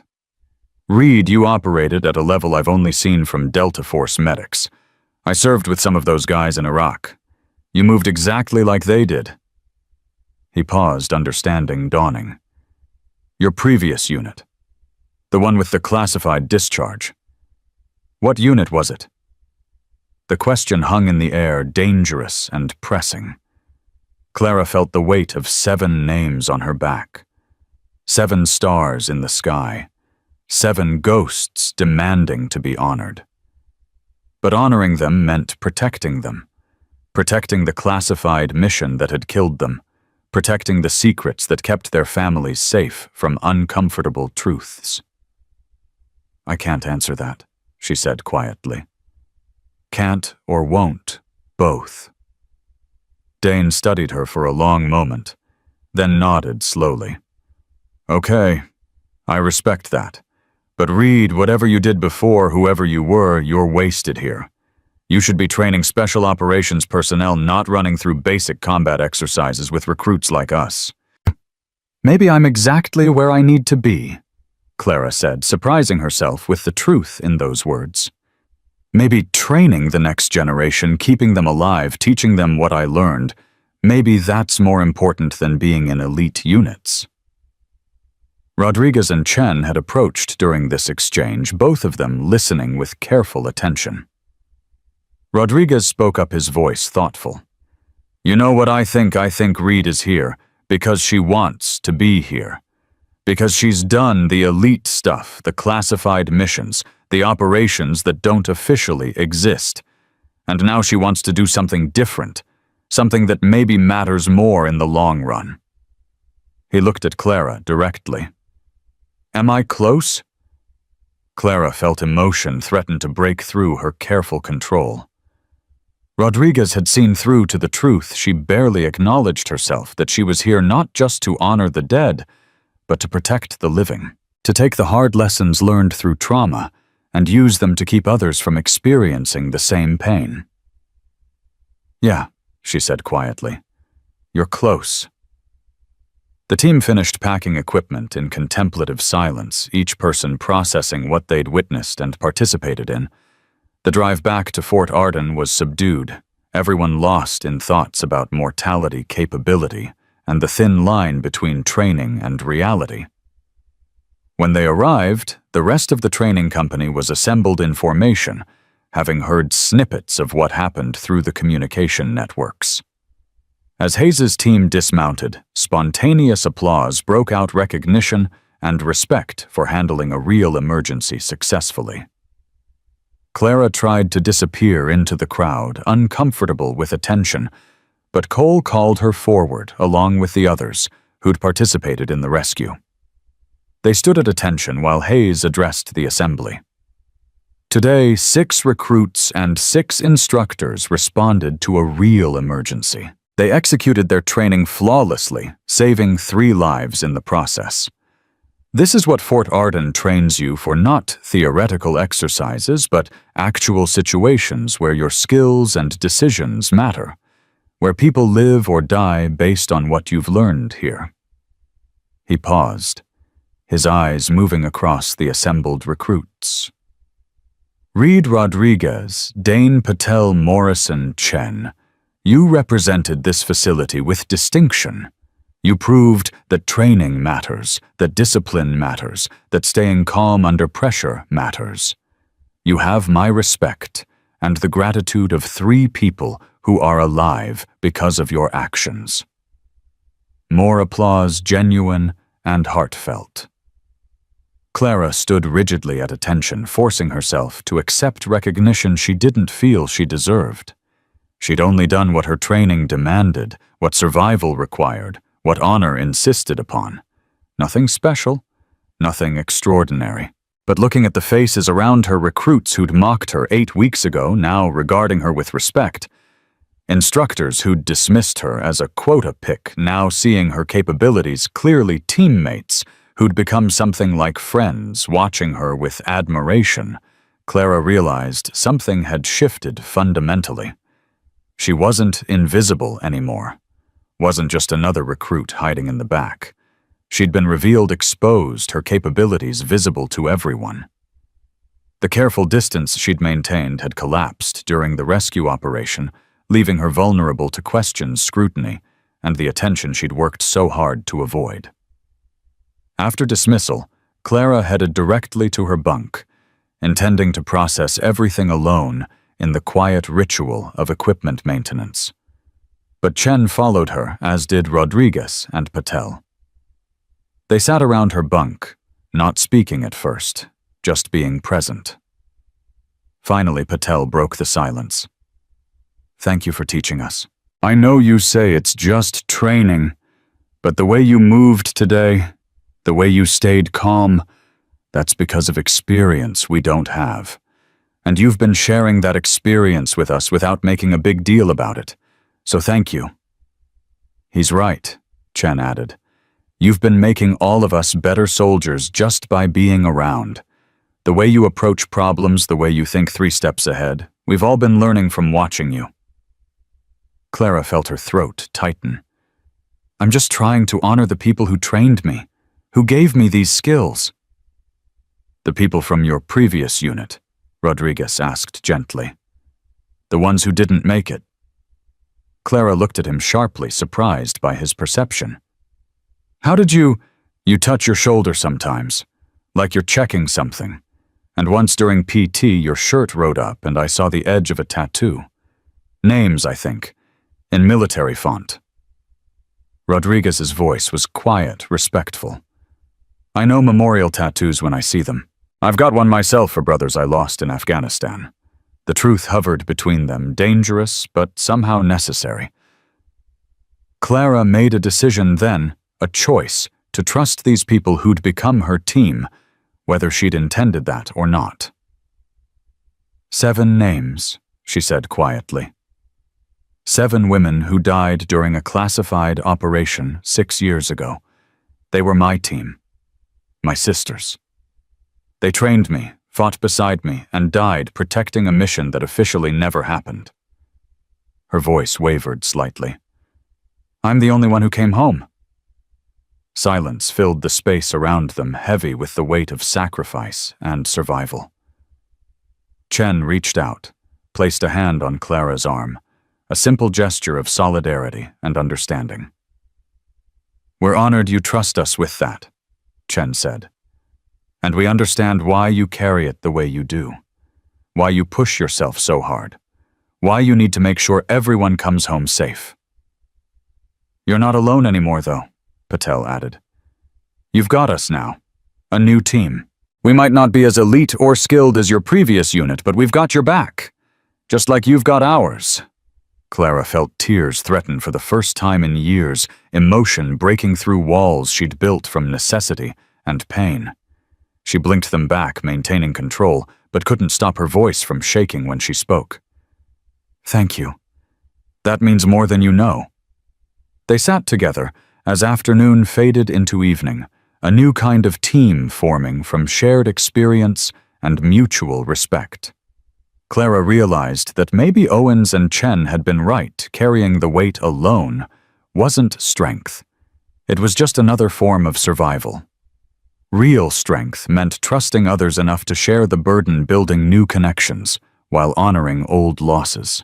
Night fell over Fort Arden, stars emerging one by one in the darkening sky. Clara counted them silently, 7 bright points that watched over her, always reminding her of duty, honor, and sacrifice that could never be repaid, but must always be remembered. Tomorrow would bring new challenges. The rescue operation had made her too visible, raised too many questions. Hayes would need to make decisions about her future. Washington might get involved. The careful cover she'd built might collapse entirely. But tonight, surrounded by teammates who knew at least part of her truth, Clara Reed allowed herself something she hadn't felt in 6 years. Hope. Hope, Clara discovered over the next 3 weeks, was both a gift and a complication that changed everything about how she moved through the world. The rescue operation's aftermath rippled through Fort Arden in ways she hadn't anticipated. The documentary crew survived, all 3 of them, eventually recovered, and their gratitude manifested in letters, phone calls, and a formal commendation request that Hayes had to quietly suppress for security reasons. The paramedics filed reports praising the rescue team's professionalism, with specific mention of Recruit Reed's exceptional medical skills and leadership under pressure. Word spread through military channels the way it always did, carried by instructors who knew instructors at other facilities, by soldiers who had friends in different units, by the invisible network that connected people who understood what it meant to save lives under impossible conditions. Clara tried to maintain her low profile, but it was like trying to be invisible while standing in a spotlight. Recruits who'd ignored her now sought her advice. Instructors who'd dismissed her now watched her training runs with analytical interest. Even soldiers from other companies found reasons to observe when her team ran exercises, wanting to see the recruit who'd coordinated a vehicle extraction like a seasoned combat medic. The attention should have terrified her, should have triggered all her carefully cultivated instincts for self-preservation and anonymity. Instead, it did something unexpected. It gave her purpose beyond survival, beyond honoring the dead, beyond the endless loop of guilt and determination that had defined her existence since Syria. Hayes called her to his office on day 73 of the training cycle, 3 weeks before graduation. She entered with the familiar tension of knowing this conversation would determine her future, one way or another. At ease, read. Sit. Hayes looked tired, like he'd been having difficult conversations with people far above his rank. We need to talk about what happens when you graduate. Clara sat her hands folded carefully in her lap, waiting. Washington has been made aware of your situation here. Not by me, by the documentary crew's producer who did some research and started asking uncomfortable questions about why a recruit with your capabilities was at a basic training facility. Hayes rubbed his temples. I managed to redirect most of the inquiry, but it flagged your file again. The same people who buried you 6 years ago are now very interested in why you're back in the system. Are they pulling me out? Clara's voice was steady, despite the dread settling in her stomach. They wanted to reassign you to a classified unit, put you back in the field where your skills could be properly utilized. Hayes leaned forward. I told them no. Clara blinked, surprised. Sir, I told them that Reed's skills are being properly utilized exactly where she is. That training the next generation of soldiers is as critical as field operations. That taking someone who's already given everything and asking them to give more is how we break good people permanently. He paused. I also told them that if they tried to force the issue, I'd resign my commission and go public with questions about how Phantom 7 survivors are being treated by the military that disavowed them. Clara stared at him, struggling to process what she was hearing. You threatened your career for me. I protected a soldier who's been failed by the system she served. There's a difference. Hayes pulled out a folder, opened it on his desk. Here's what I'm proposing. You graduate in 3 weeks with your training class. Your performance has been exceptional, top scores in every category that matters, demonstrated leadership, proven capability under real-world conditions. Upon graduation, instead of assignment to a standard unit, I'm recommending you for immediate appointment as a combat instructor here at Fort Arden. He slid papers across the desk toward her. Staff Sergeant rank restored based on your classified prior service. Assignment to the Advanced Tactics Division, where you'll train recruits in close quarters, combat emergency medical response, and tactical decision-making. Your identity remains protected. We'll maintain the cover story about your medical discharge and re-enlistment. But you'll finally be in a position where your full capabilities can be used openly to save lives and train soldiers properly. Clara picked up the papers with shaking hands, scanning them quickly. Everything Hayes promised was there, typed in official military language that turned possibility into reality. Staff Sergeant Reed Combat Instructor, Advanced Tactics Division, a position that honored what she'd survived while giving her purpose beyond guilt and memory. Sir, I don't know what to say. Say yes. Say you'll take the position and help me fix the training gaps that get soldiers killed. Say you'll turn your pain into something that protects others. Hayes's voice was intense, passionate. Reed, I've been doing this for 30 years. I know talent when I see it. But more than talent, I recognize someone who genuinely cares about bringing people home alive. That's rare. That's precious. That's what we need teaching the next generation. Clara looked at the papers at the rank insignia that would replace the bare collar she'd worn since re-enlisting at the position description that outlined responsibilities she'd been performing informally for months. Teaching, training, protecting. Using the lessons learned in blood and trauma to keep others from paying the same price. Yes, sir, she said quietly. I'll take the position.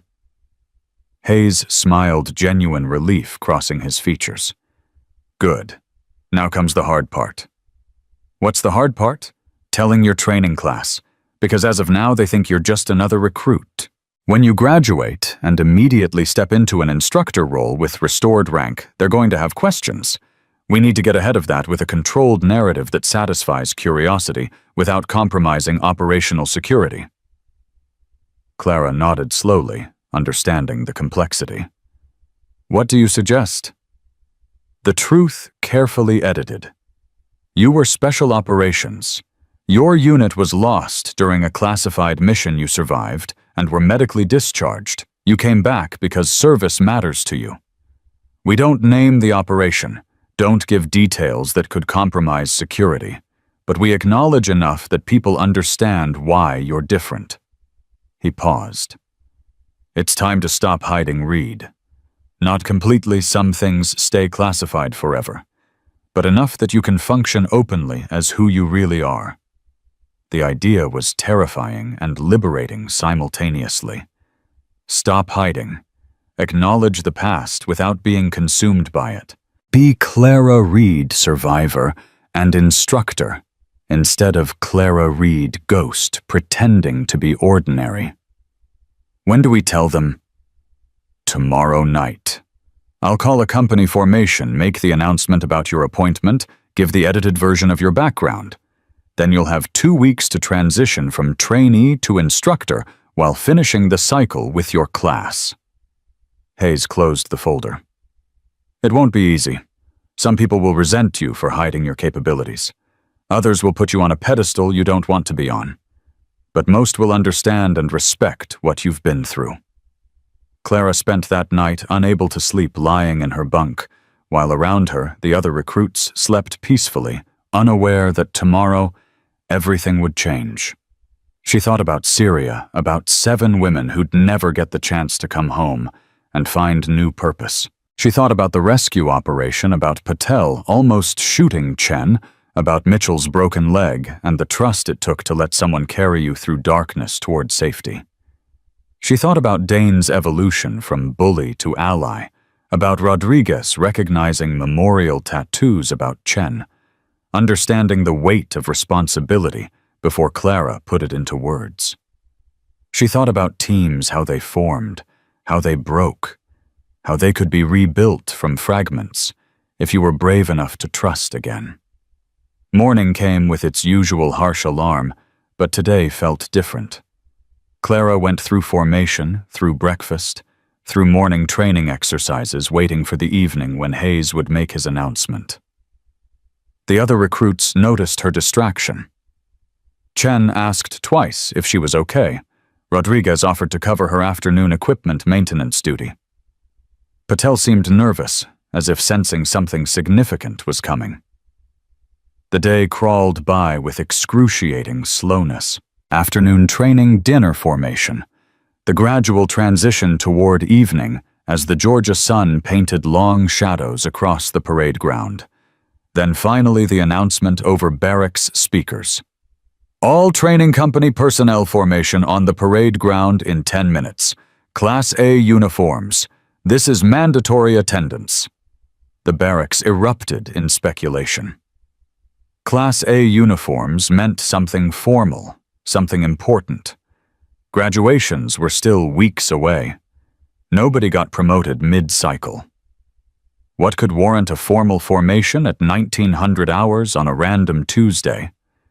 Clara dressed carefully, her Class A uniform crisp and perfect, her boots gleaming from hours of polish she'd applied without conscious thought, while her mind wrestled with implications. She caught her reflection in the barracks mirror, a thin woman with gray eyes that had seen too much, carrying herself with discipline that came from places civilians couldn't imagine. In 3 hours, everyone would know at least part of her truth. The formation assembled precisely at 1900.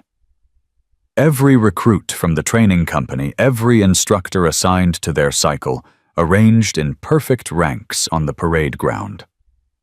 Colonel Hayes stood at the front, with Sergeant Owens beside him, both in full dress uniform, the evening light catching their rank insignia and service ribbons. Hayes called the formation to attention, his voice carrying across the assembled soldiers. "At ease, I've called this formation to make an important announcement regarding one of your fellow recruits and the future of training at Fort Arden." He paused, letting anticipation build. Clara stood in formation with her training team, feeling their curiosity radiating around her. As many of you know, 3 weeks ago, several members of this company participated in a civilian rescue operation. Their performance was exemplary, representing the best of what Fort Arden trains soldiers to be. One person in particular demonstrated capabilities that went beyond standard training, operating at a level typically seen only in specialized units. Clara felt eyes turning toward her, realization dawning across multiple faces simultaneously. "Recruit Clara Reed," Hayes continued, his voice formal but warm, "has been recommended for immediate appointment upon graduation to the position of Combat Instructor, Advanced Tactics Division, with restoration of her previous rank of Staff Sergeant." Murmurs rippled through the formation. Hayes raised a hand for silence. "Some of you may be wondering how a recruit earns such an appointment. The answer requires context about Reed's service history that has until now remained classified." He glanced at Clara, giving her a small nod of support. 6 years ago, Staff Sergeant Reed was part of a special operations unit conducting intelligence gathering in a hostile environment. Her unit was compromised, and she was the sole survivor of an operation that resulted in multiple casualties. She was medically discharged following her extraction and extensive debriefing. The formation had gone completely silent, now everyone listening intently. Reed chose to return to service under a cover identity because she believed her skills and experience could still serve our country and honor the sacrifice of her fallen teammates. She re-enlisted, entered training at Fort Arden, and has spent the last 10 weeks demonstrating the discipline, capability, and leadership that defined her previous service. Hayes's voice grew stronger, more emphatic. She did not hide her skills to deceive anyone. She simply wanted to serve again, to train properly, to be part of something larger than her own survival. In the process, she has made every soldier in this company better through her example, her quiet mentorship, and her unwavering commitment to bringing everyone home safe. Clara felt tears threatening, but held them back through sheer force of will, standing at attention, while her past and present merged into a single acknowledged truth. Upon graduation, Staff Sergeant Reed will begin her duties as a combat instructor, teaching advanced tactics, emergency medical response, and tactical leadership to future training cycles. Her experience, bought at tremendous personal cost, will now be used to save lives and train soldiers properly. Hayes turned to face Clara directly. "Reed front and center." Clara marched forward, her movements automatic, stopping in front of Hayes and saluting sharply. He returned the salute, then produced a small box from his pocket. "By authority granted to me as commander of Fort Arden, and in recognition of your exemplary service both past and present, I hereby restore your rank of Staff Sergeant, effective upon graduation." He opened the box, revealing the 3 chevrons and 2 rockers of a staff sergeant's rank insignia. These belonged to me during my first deployment. I want you to have them. They represent leadership sacrifice and the responsibility to train others properly. Wear them with honor. He pinned the insignia to her collar, the weight of them familiar and foreign simultaneously. Clara struggled to maintain composure, emotion threatening to overwhelm discipline. When Hayes stepped back, he extended his hand. "Welcome back, Staff Sergeant Reed." She took his hand, shook it firmly. "Thank you, sir. For everything." Hayes released her hand, addressed the formation again. "Reed will complete this training cycle with your company graduating alongside you. Then she transitions to instructor status. I expect all of you to treat her with the respect her rank and experience deserve, while also understanding that for the next 2 weeks, she's still your teammate." Dismissed. The formation broke, and immediately Clara was surrounded by her training team. Rodriguez got there first, grinning widely. "Staff Sergeant Special Operations, holy shit, Reed. I knew you were holding back, but I had no idea how much." He shook his head in amazement. "Everything makes sense now. The way you move, the decisions you make, the medical skills during the rescue. You're the real deal." Dane pushed through his expression, complicated but genuine. "I owe you an apology, a real one. I spent weeks treating you like you didn't belong here when the truth is you're operating at a level the rest of us are still aspiring to reach." He extended his hand. "I'm sorry, Staff Sergeant. For all of it." Clara took his hand, saw the sincerity in his eyes. "You're a good soldier, Dane. You were always a good soldier. You just needed to learn that there are different kinds of strength." Chen appeared beside her and surprisingly pulled Clara into a brief hug.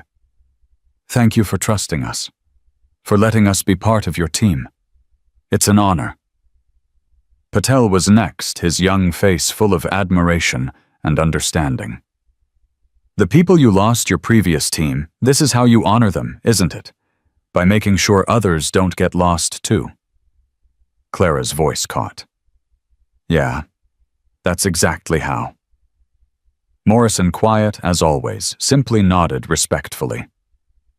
"Looking forward to training under you, Staff Sergeant. Going to learn a lot." Other recruits approached with congratulations. Questions respect that felt earned rather than obligatory. The barriers that had separated Clara from her peers dissolved, replaced by something stronger, mutual understanding forged through shared experience and acknowledged truth. As the crowd dispersed, Owens approached his weathered face, holding something like pride. "You handled that well, Reed. Staying composed while Hayes laid out your history that took discipline." "It felt strange, sir, having it acknowledged openly after so long hiding it." "I imagine it did, but hiding was keeping you trapped in the past.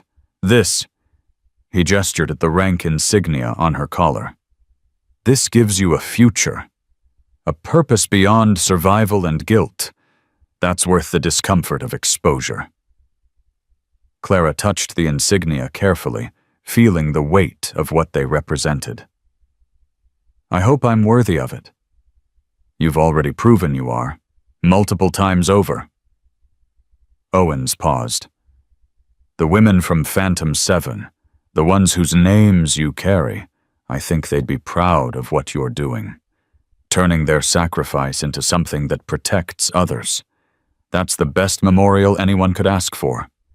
He walked away, leaving Clara alone on the parade ground as darkness settled over Fort Arden. She looked up at the emerging stars, counting silently.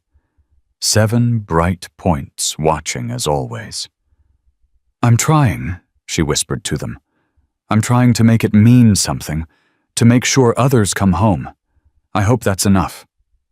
The stars didn't answer, but somehow their silent presence felt like acceptance, like permission to move forward while still carrying memories, The final 2 weeks of training passed in a blur of activity and transition. Clara completed all requirements alongside her class, but now openly shared advanced techniques and tactical insights that before she'd carefully hidden. She taught Chen an extraction method that saved crucial seconds. She showed Rodriguez how to read terrain for ambush indicators. She helped Patel overcome his fear of close-quarters combat by breaking down techniques into manageable components. She even worked with Dane on tactical leadership, refining his aggressive style with calculated risk assessment that made him more effective and his team safer. The difference was profound. Before, she'd been a skilled recruit who occasionally demonstrated exceptional capability. Now she was Staff Sergeant Reed, combat instructor in training, openly preparing for the role she'd been informally filling all along. Recruits asked questions they'd been afraid to ask before. She gave answers she'd been unable to share. Knowledge transferred freely instead of being carefully rationed through demonstration and subtle guidance. Graduation day arrived with the same brilliant Georgia sunshine that had marked her first day at Fort Arden. The training company assembled in dress uniforms, families filling the viewing stands, the weight of accomplishment and transition hanging heavy in the air. Clara stood in formation between Chen and Rodriguez, feeling the significance of this moment in ways the others couldn't fully understand. For most of them, graduation meant moving forward to new assignments, new units, new phases of military service. For Clara, it meant coming full circle from special operations to survival, to anonymity, to emergence.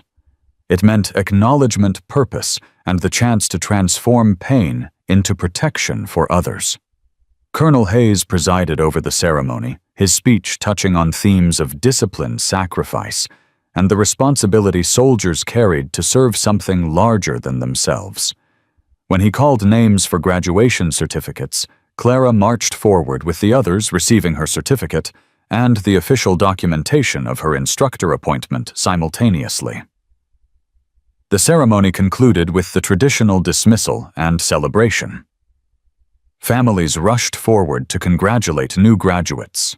Clara stood alone for a moment, watching the joyful reunions, feeling the absence of family with an old familiar ache. Her parents had stopped understanding her years ago, the classified missions and trauma creating distance that felt insurmountable. Then Rodriguez appeared with his family, introducing her to his mother, his sister, his young nephew, who stared at her rank insignia with wide eyes. Chen brought her partner, who thanked Clara for keeping Chen safe and helping her become the soldier she'd aspired to be. Even Dane introduced his father, a retired Army colonel, who shook Clara's hand with the firm grip of someone who recognized a fellow warrior. "My son tells me you're the reason he's graduating as a better soldier than he arrived," Dane's father said. "Thank you for that, for teaching him humility and excellence both." "He taught himself, sir. I just provided perspective." "That's what good leaders do." The elder Dane smiled. "The Army's lucky to have you as an instructor. You'll save a lot of lives in that position." As the families dispersed toward the celebration area, Sergeant Owens appeared at Clara's elbow. "There's someone who wants to meet you, if you're willing." He led her toward the parking area, where a civilian sedan sat slightly apart from the other vehicles. A woman emerged, as they approached, maybe 50 years old, with dark hair graying at the temples and eyes that held familiar shadows. She wore civilian clothes, but something about her bearing screamed military. "Staff Sergeant Reed," the woman said quietly. "I'm Sarah Martinez. I was the operations coordinator for Phantom 7. Clara's breath caught. Martinez.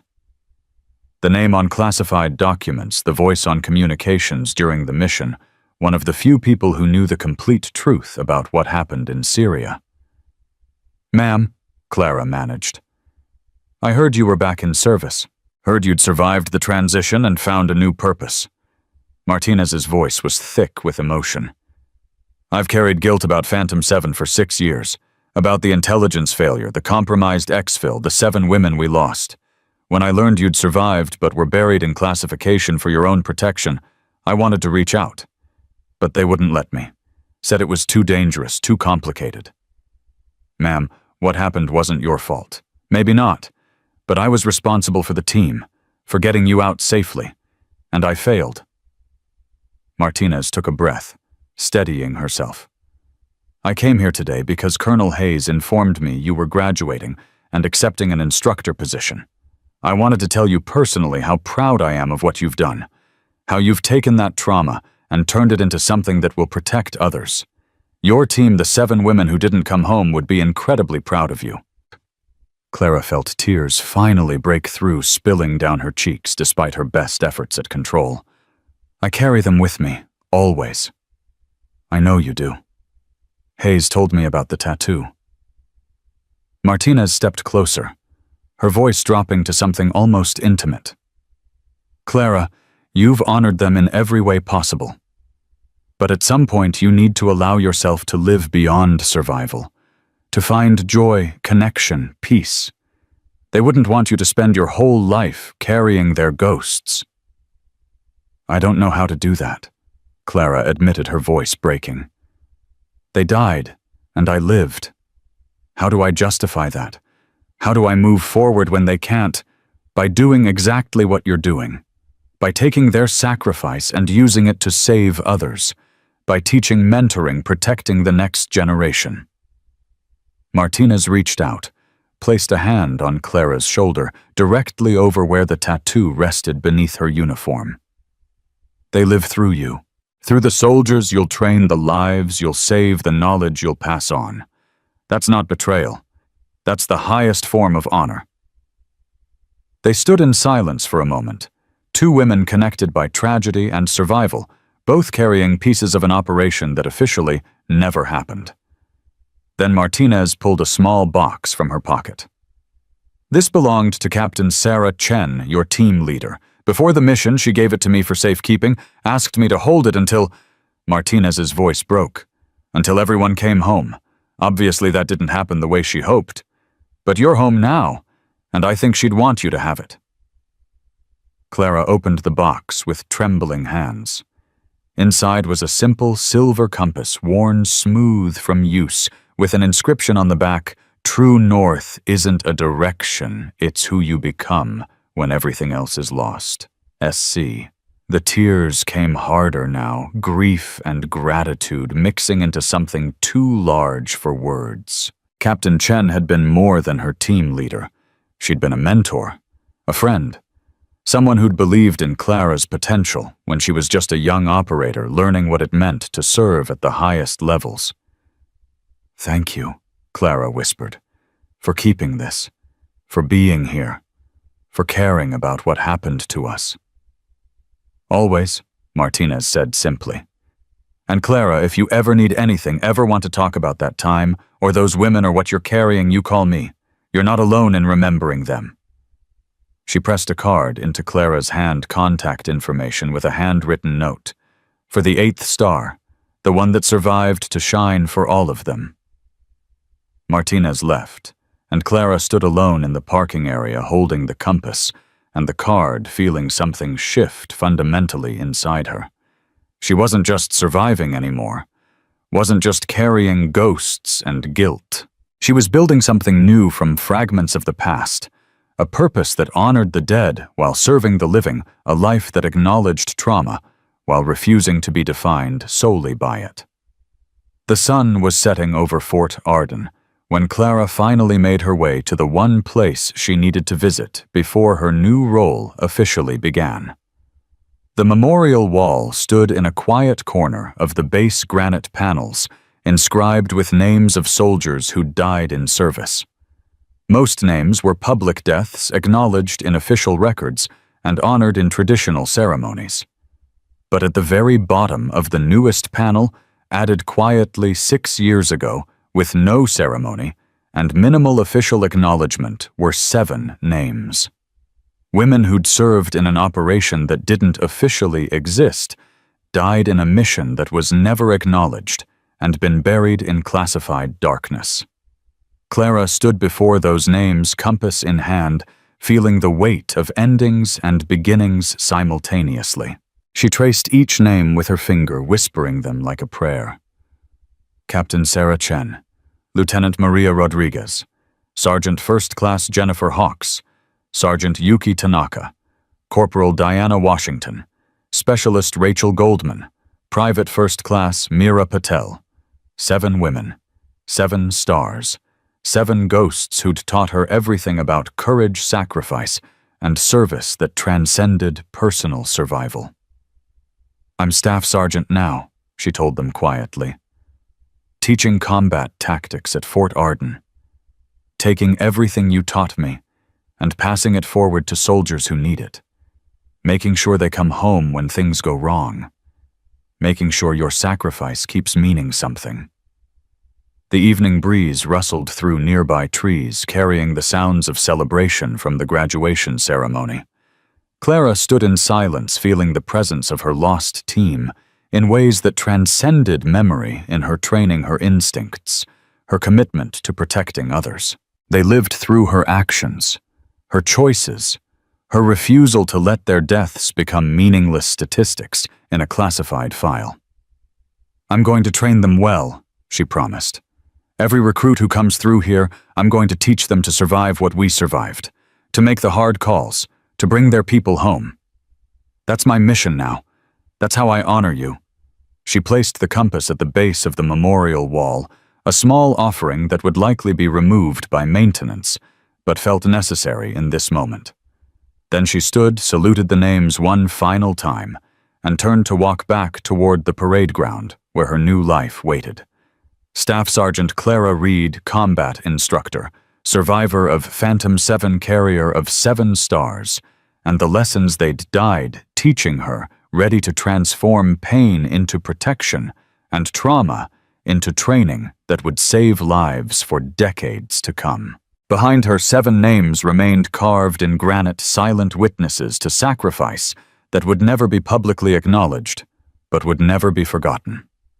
And above, as darkness settled completely over Fort Arden, 7 stars emerged in the clear Georgia sky, burning bright, watching, always honoring the quiet woman who'd survived to serve, who'd endured to teach, who'd transformed her greatest loss into her most profound purpose. She was home. Finally, truly home. Not in a place, but in a mission that made survival meaningful and gave her ghosts the honor they deserved through every soldier she would train, every life she would save, every lesson learned in blood that would now be taught in discipline and dedication instead. The nightmare of Phantom 7 had ended in tragedy, but its legacy would live on through Staff Sergeant Clara Reed, the 8th star, the one that survived, the one that refused to let darkness extinguish light. And that, in the end, was the only memorial her team would have ever wanted.